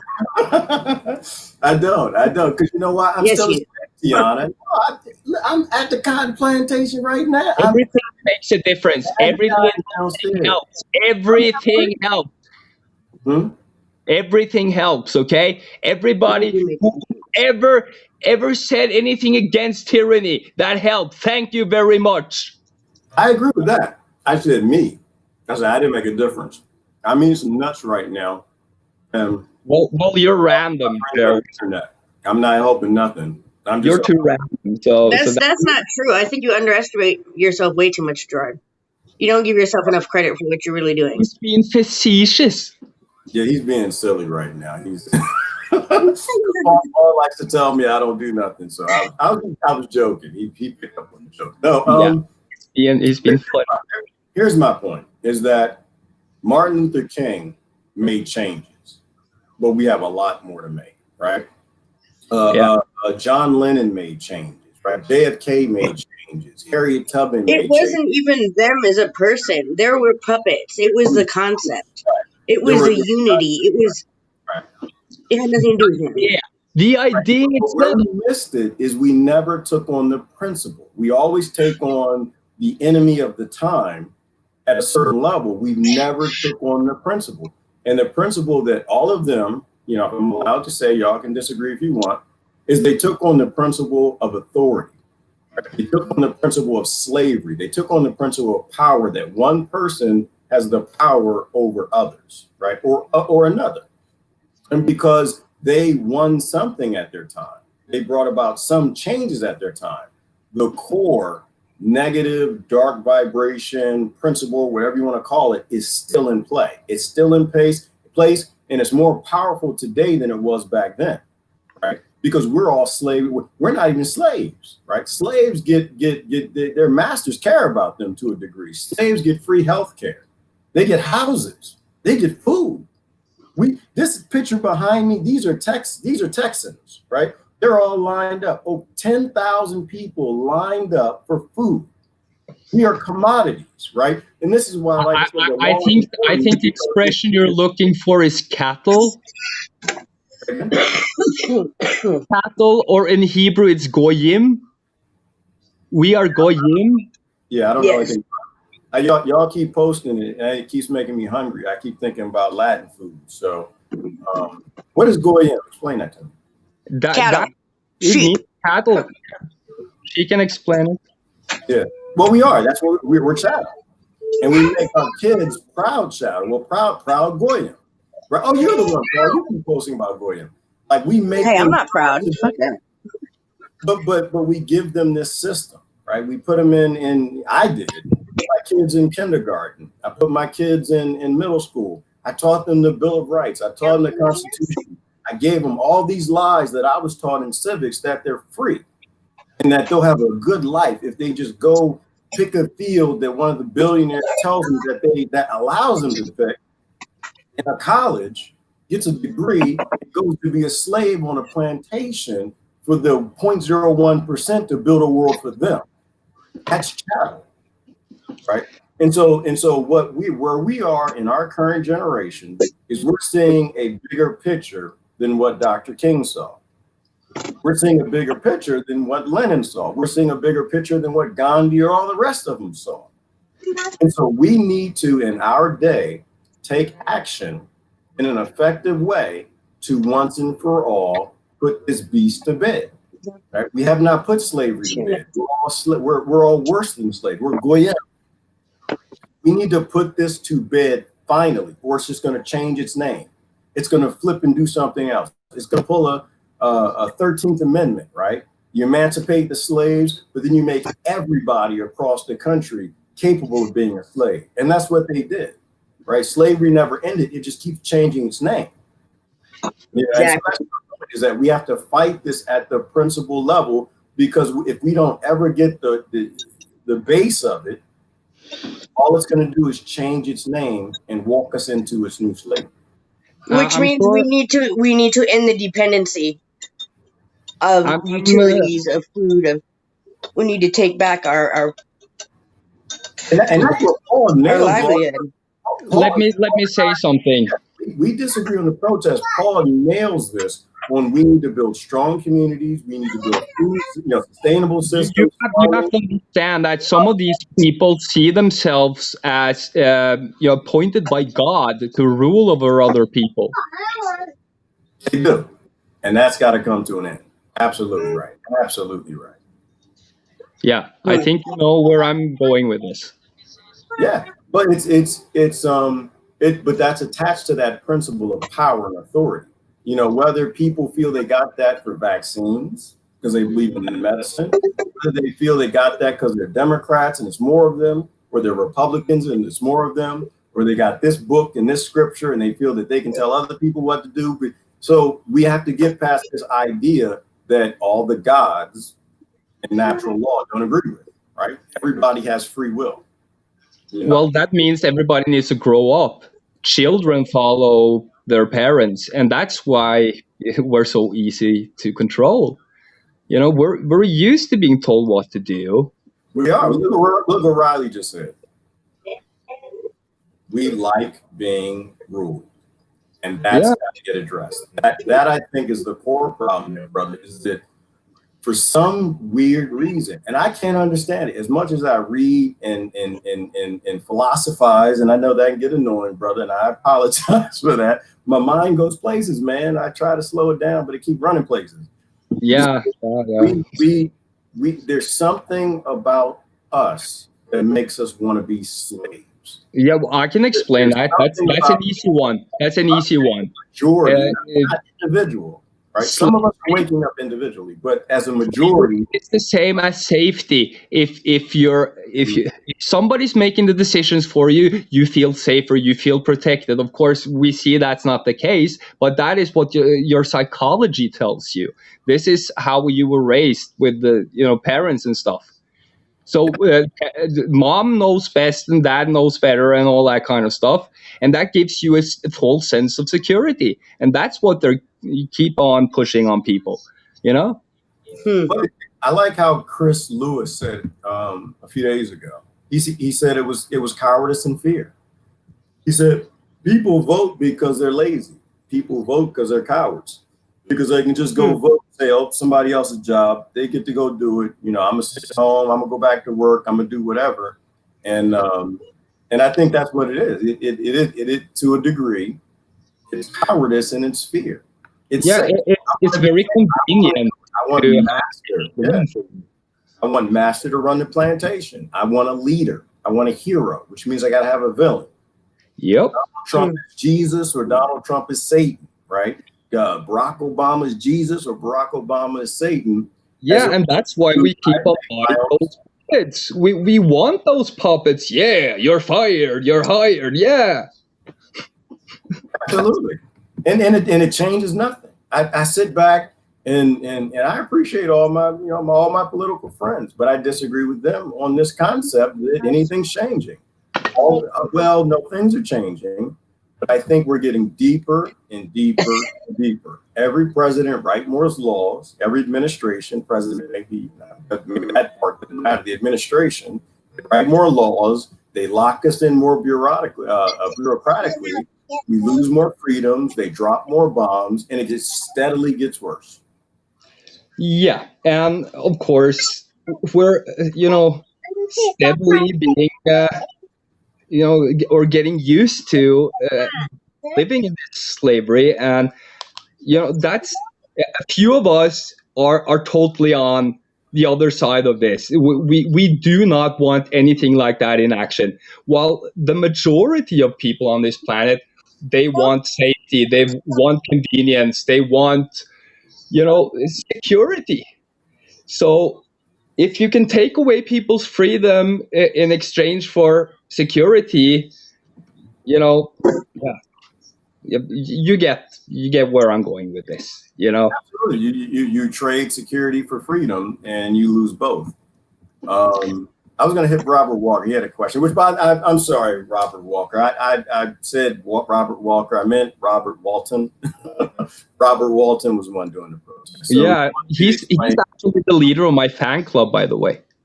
Okay, I'm in your fan club too, brother. I don't want anybody to get it twisted. This is my brother, and I love him to death. We disagree. I disagree with everybody, but we're all kind of going our own ways, and we're all trying to make sense of all of this nonsense. I don't think we disagree that much, Gerard. I think I want to see you in more action. I think that's what motivates me. The shame is I don't want my friends to compel me to action before it's time. I know me, brother. I know me. And there's something in me that I don't let out often. And when kids get hurt, that's when it comes out. When my friends get hurt, that is when it comes out. So I don't want to see.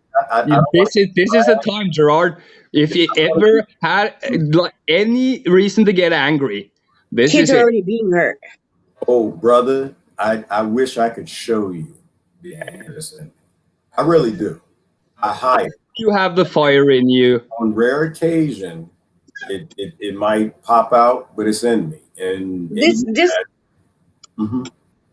is where I spit nails, though, because people keep saying, well, we're waiting till people get hurt. We're waiting till it gets serious. It's been that way for so long. They've been eating people. They've been raping people. They've been murdering people. This has been eons. This has been going on, and we've been allowing it. I get Paul's frustration with this. I mean, Tiana, you got to keep telling your story. You keep telling your story, because more people keep hearing it. That's when things are start to happen. It's not about my story, though. It's about the stories that are happening now, the ones that are going to happen every day until we stand the fuck up and do something. We should learn from the yellow. Every day we talk, a child is murdered. Every day we talk, people are kidnapped. Every day we talk, it continues. Yeah. So when I think about that, Tiana, I try to remember that we didn't start this fight, and this fight has been going on since the beginning of time. That's my point. But now we're aware of the fight. So what the fuck do we do about the fight? Well, I think we need to end it all. I don't want to stop it or slow it down or get some of it. And so and here's an example. Even the people who do the hashtag Save the Children, they're mostly talking about secret pedophilia in government. They're talking about secret human trafficking in Epstein Island. They're not necessarily talking about prison. They're not talking about mass incarceration. They're not talking about foster care.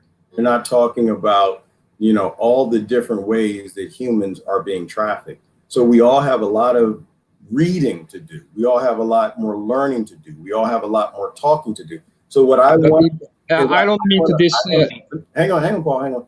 I want to end it all. It is 2020. We shouldn't even be having discussions about human trafficking. We shouldn't even be talking about slavery. We shouldn't be talking about forced labor. We shouldn't even be talking about rape. There are so many things that should have been gone thousands of years ago because we never dealt with the root cancer, right? We keep going after the tumor, but we keep leaving cancer and it just keeps regrowing. So what I want to do is listening to people who are significantly smarter than I am, significantly wiser than I am, that we've never used philosophy to take on the actual principle, or spirituality to take on the actual principal problem. a global chemotherapy that removes the ability of people to abuse each other. And that, from my understanding, comes from walking away from the system. The system is only valid because we believe it. Oh, I have to say something, Gerard. Mhm. Okay, the media is controlled, and they found, the magic trick, and that is to dumb everything down to the lowest common denominator, and that is what works on people. Just look at the whole QAnon or Trump thing. The dumber it gets, the more people will buy it for some crazy reason. So if you dumb stuff down enough, and you don't make it too complicated, you just tell them these people, they want to rule you, and you're an adult, so you're supposed to rule yourself.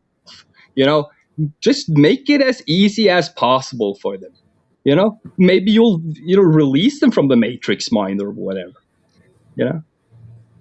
Right. I don't think I think we're running out of time for that though. Well, do it fast then. So and that kind of took us back to that circle where I'm going to have to start. I'm going to have to close this one down. But I appreciate you guys joining in. I think that there's so much we don't understand, Tiana, about the timing and how much time there is. I think that what we have to do. I think Kim is another one. Kim is another one out there protesting. Yeah. There's too many distractions. That's a good point. Yeah, we have to do things on our timeline. We can't let them dictate the timeline. And so for us to walk away. But they do dictate the timeline. Well, right. Well, they dictate the popular timelines. They don't dictate our timeline. So this is where spirituality comes in and consciousness and know the timing of things. But them showing us that, the world is about to end. Every generation thinks the world's going to end. Every generation thinks they're the last one. But in none of those generations has there been a global lockdown. No. Yeah, there's always something new. We're definitely in unprecedented times, but I still think the most unprecedented thing is what Paul said, which is the media tells people what to believe, and they believe it. The media tells people. All the crazy conspiracy people got it right. All the people who've been telling us about the New World Order and their plan to take total control of the planet, that sounds unlikely until this lockdown. Which is awesome. And that's why we live in such an amazing time. And that's unprecedented too, because all the conspiracy theories are right.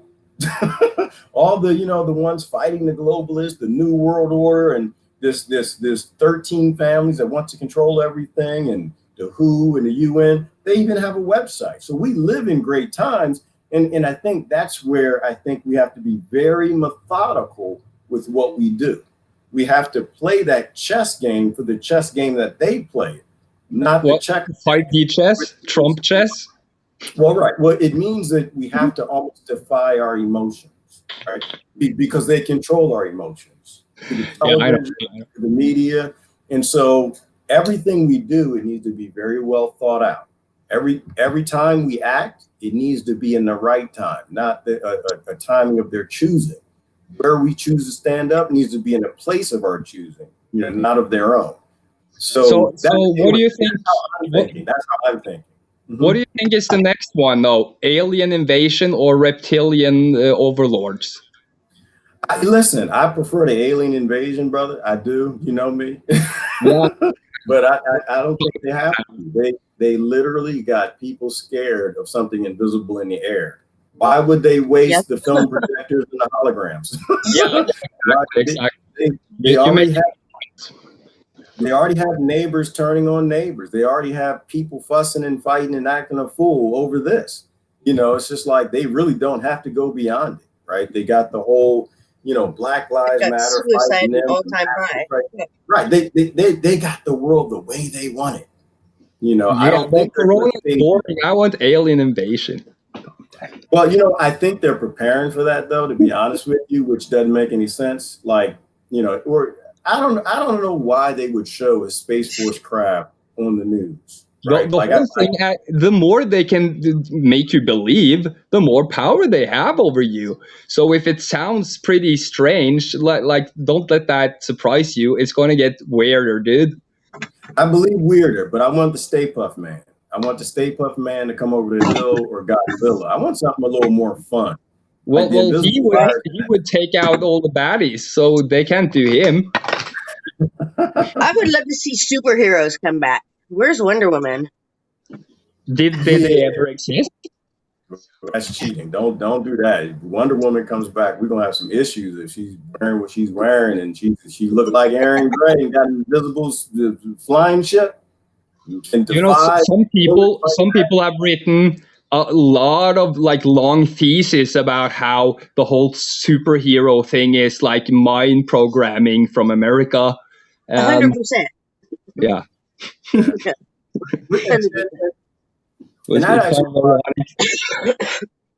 And that's why it's actually good to remind people that that actually was the plan. They were going to stage an alien invasion, and they still might. You know, so historically, you know, we've always interfaced with something from out there, and I think it created a lot of religions, but it never invaded us. It never came to eat us. It never did those things. If anybody invades you, it's your government with Nikola Tesla technology, Wilhelm Reich technology, the invention here. So everybody out there gets this. Actually, the whole thing about blue beam and alien invasion, that comes from papers. We actually know somebody actually suggested this stuff. You know. Yeah. Well, can I give a hypothetical what if?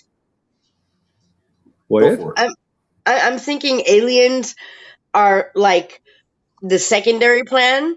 I think their first plan, because they don't give you information unless they want you to have it. And they're allowing you to see the fact that they eat children and they drink babies' blood and they're satanic worshipers. I think they're going to try that first. They're getting us used to that, to the pedophilia, to the satanic bullshit. They have statues of fucking Moloch all over the place now. I think they're setting us up for God's coming back, and so I think it's going to be spiritual first. They're going to try that religious bullshit. Well, it's been that way for like a few millennia now. Yeah. Well, yeah, and people are caught up in these are end times. So I think they're going to take full advantage of that, and the Christ has come. They're going to claim that. Yeah, and the whole Israel, America, and Trump, and the whole connection thing, they're really pushing that for all it's worth, you know? Yeah, because he even claims he's the chosen one. Yeah. I think they're going to pull the spiritual shit. Didn't anybody read the actual Bible? They all warn us about this stuff. It's all in the last chapter. But you know what? But see, I wonder about Revelations. I wonder... Is it the end times, or did the people who have the power read Revelations and they're doing things intentionally to make people think it's the end times? Like Bill 100%. Gates and Luciferays, the bill that HR 6666, like are they just literally trying to play up more of this? Do you want me to really answer that? It's the end to get people to act like it's the end? Yes. Go ahead. I think it's all mind control. Well, I think that person who actually told that story, he saw something. And that is something that even if you think you have the manuscript and you have all the inside information, that you can't actually avoid that programming. He told us about the beast and how the beast controls these people and make them do stuff. And that's what we're seeing right now. And that's what I think he's actually trying to explain something in nature that happens to us humans. Mm. Yeah. And even if they know he said that, they can't really avoid being programmed by it because they are under control of this beast, if you will. Right. Or he's just a time traveler from the future, or wasn't one he. It's a whole organization of human beings traveling back to the past, telling us what happens to get us to avoid certain things. Well, I mean, it could go any kind of way. I think, which is why back to the whole fighting things on principles and spirituality and philosophy is if we stick to our principles, then it doesn't really matter. Right? Like if it's the end times and we think Christ is coming again and we're waiting for the clouds to open up and that horse to come through with the bowls to unseal, we know that we're not supposed to be thou shalt killing. We know that we're not supposed to be thou shalt stealing. So we know if Trump is killing, corrupt human will always be the best antichrist. You can't make anything up. You can't conjure up a demon that would be worse than a corrupted human. We have seen the worst from humans. There's only one monster on this planet, and that is a human being. Everything else is large. Well, short of there being some spiritual things I don't understand yet, but the human being that's scared, there's nothing more dangerous than a human being that's scared or hungry. All the monsters, the grizzly bears, the lions, they're all sustainable. They only eat till their belly's full. The human being has an endless lust, an endless bank account. That they can continue to just shove the whole world in and murder. So we learned something. We have seen something many times. We're not going to be putting anybody in that position because something happens to them every single time. We need to distribute all this power and contemplate what it does to people. Right. Power corrupts. And absolute power corrupts absolute. Yes. All right, I'm gonna give y'all the last word, then we're gonna get out of here. I got slavery, y'all. I got to pick cotton. Can't talk about stopping picking cotton, and I got to pick cotton. Y'all got any last words to send us out on? Thank you. These are my last words. I've learned lots. I appreciate it. Thank you. Stand up now or forever be held in slavery. Awesome. Thank you, Paul. Thank you, Tiana. Thank you, folks, for joining. And those who were on earlier, we'll certainly do a lot more of these. I enjoyed panel discussions a lot more. Y'all have a great day now. Love y'all.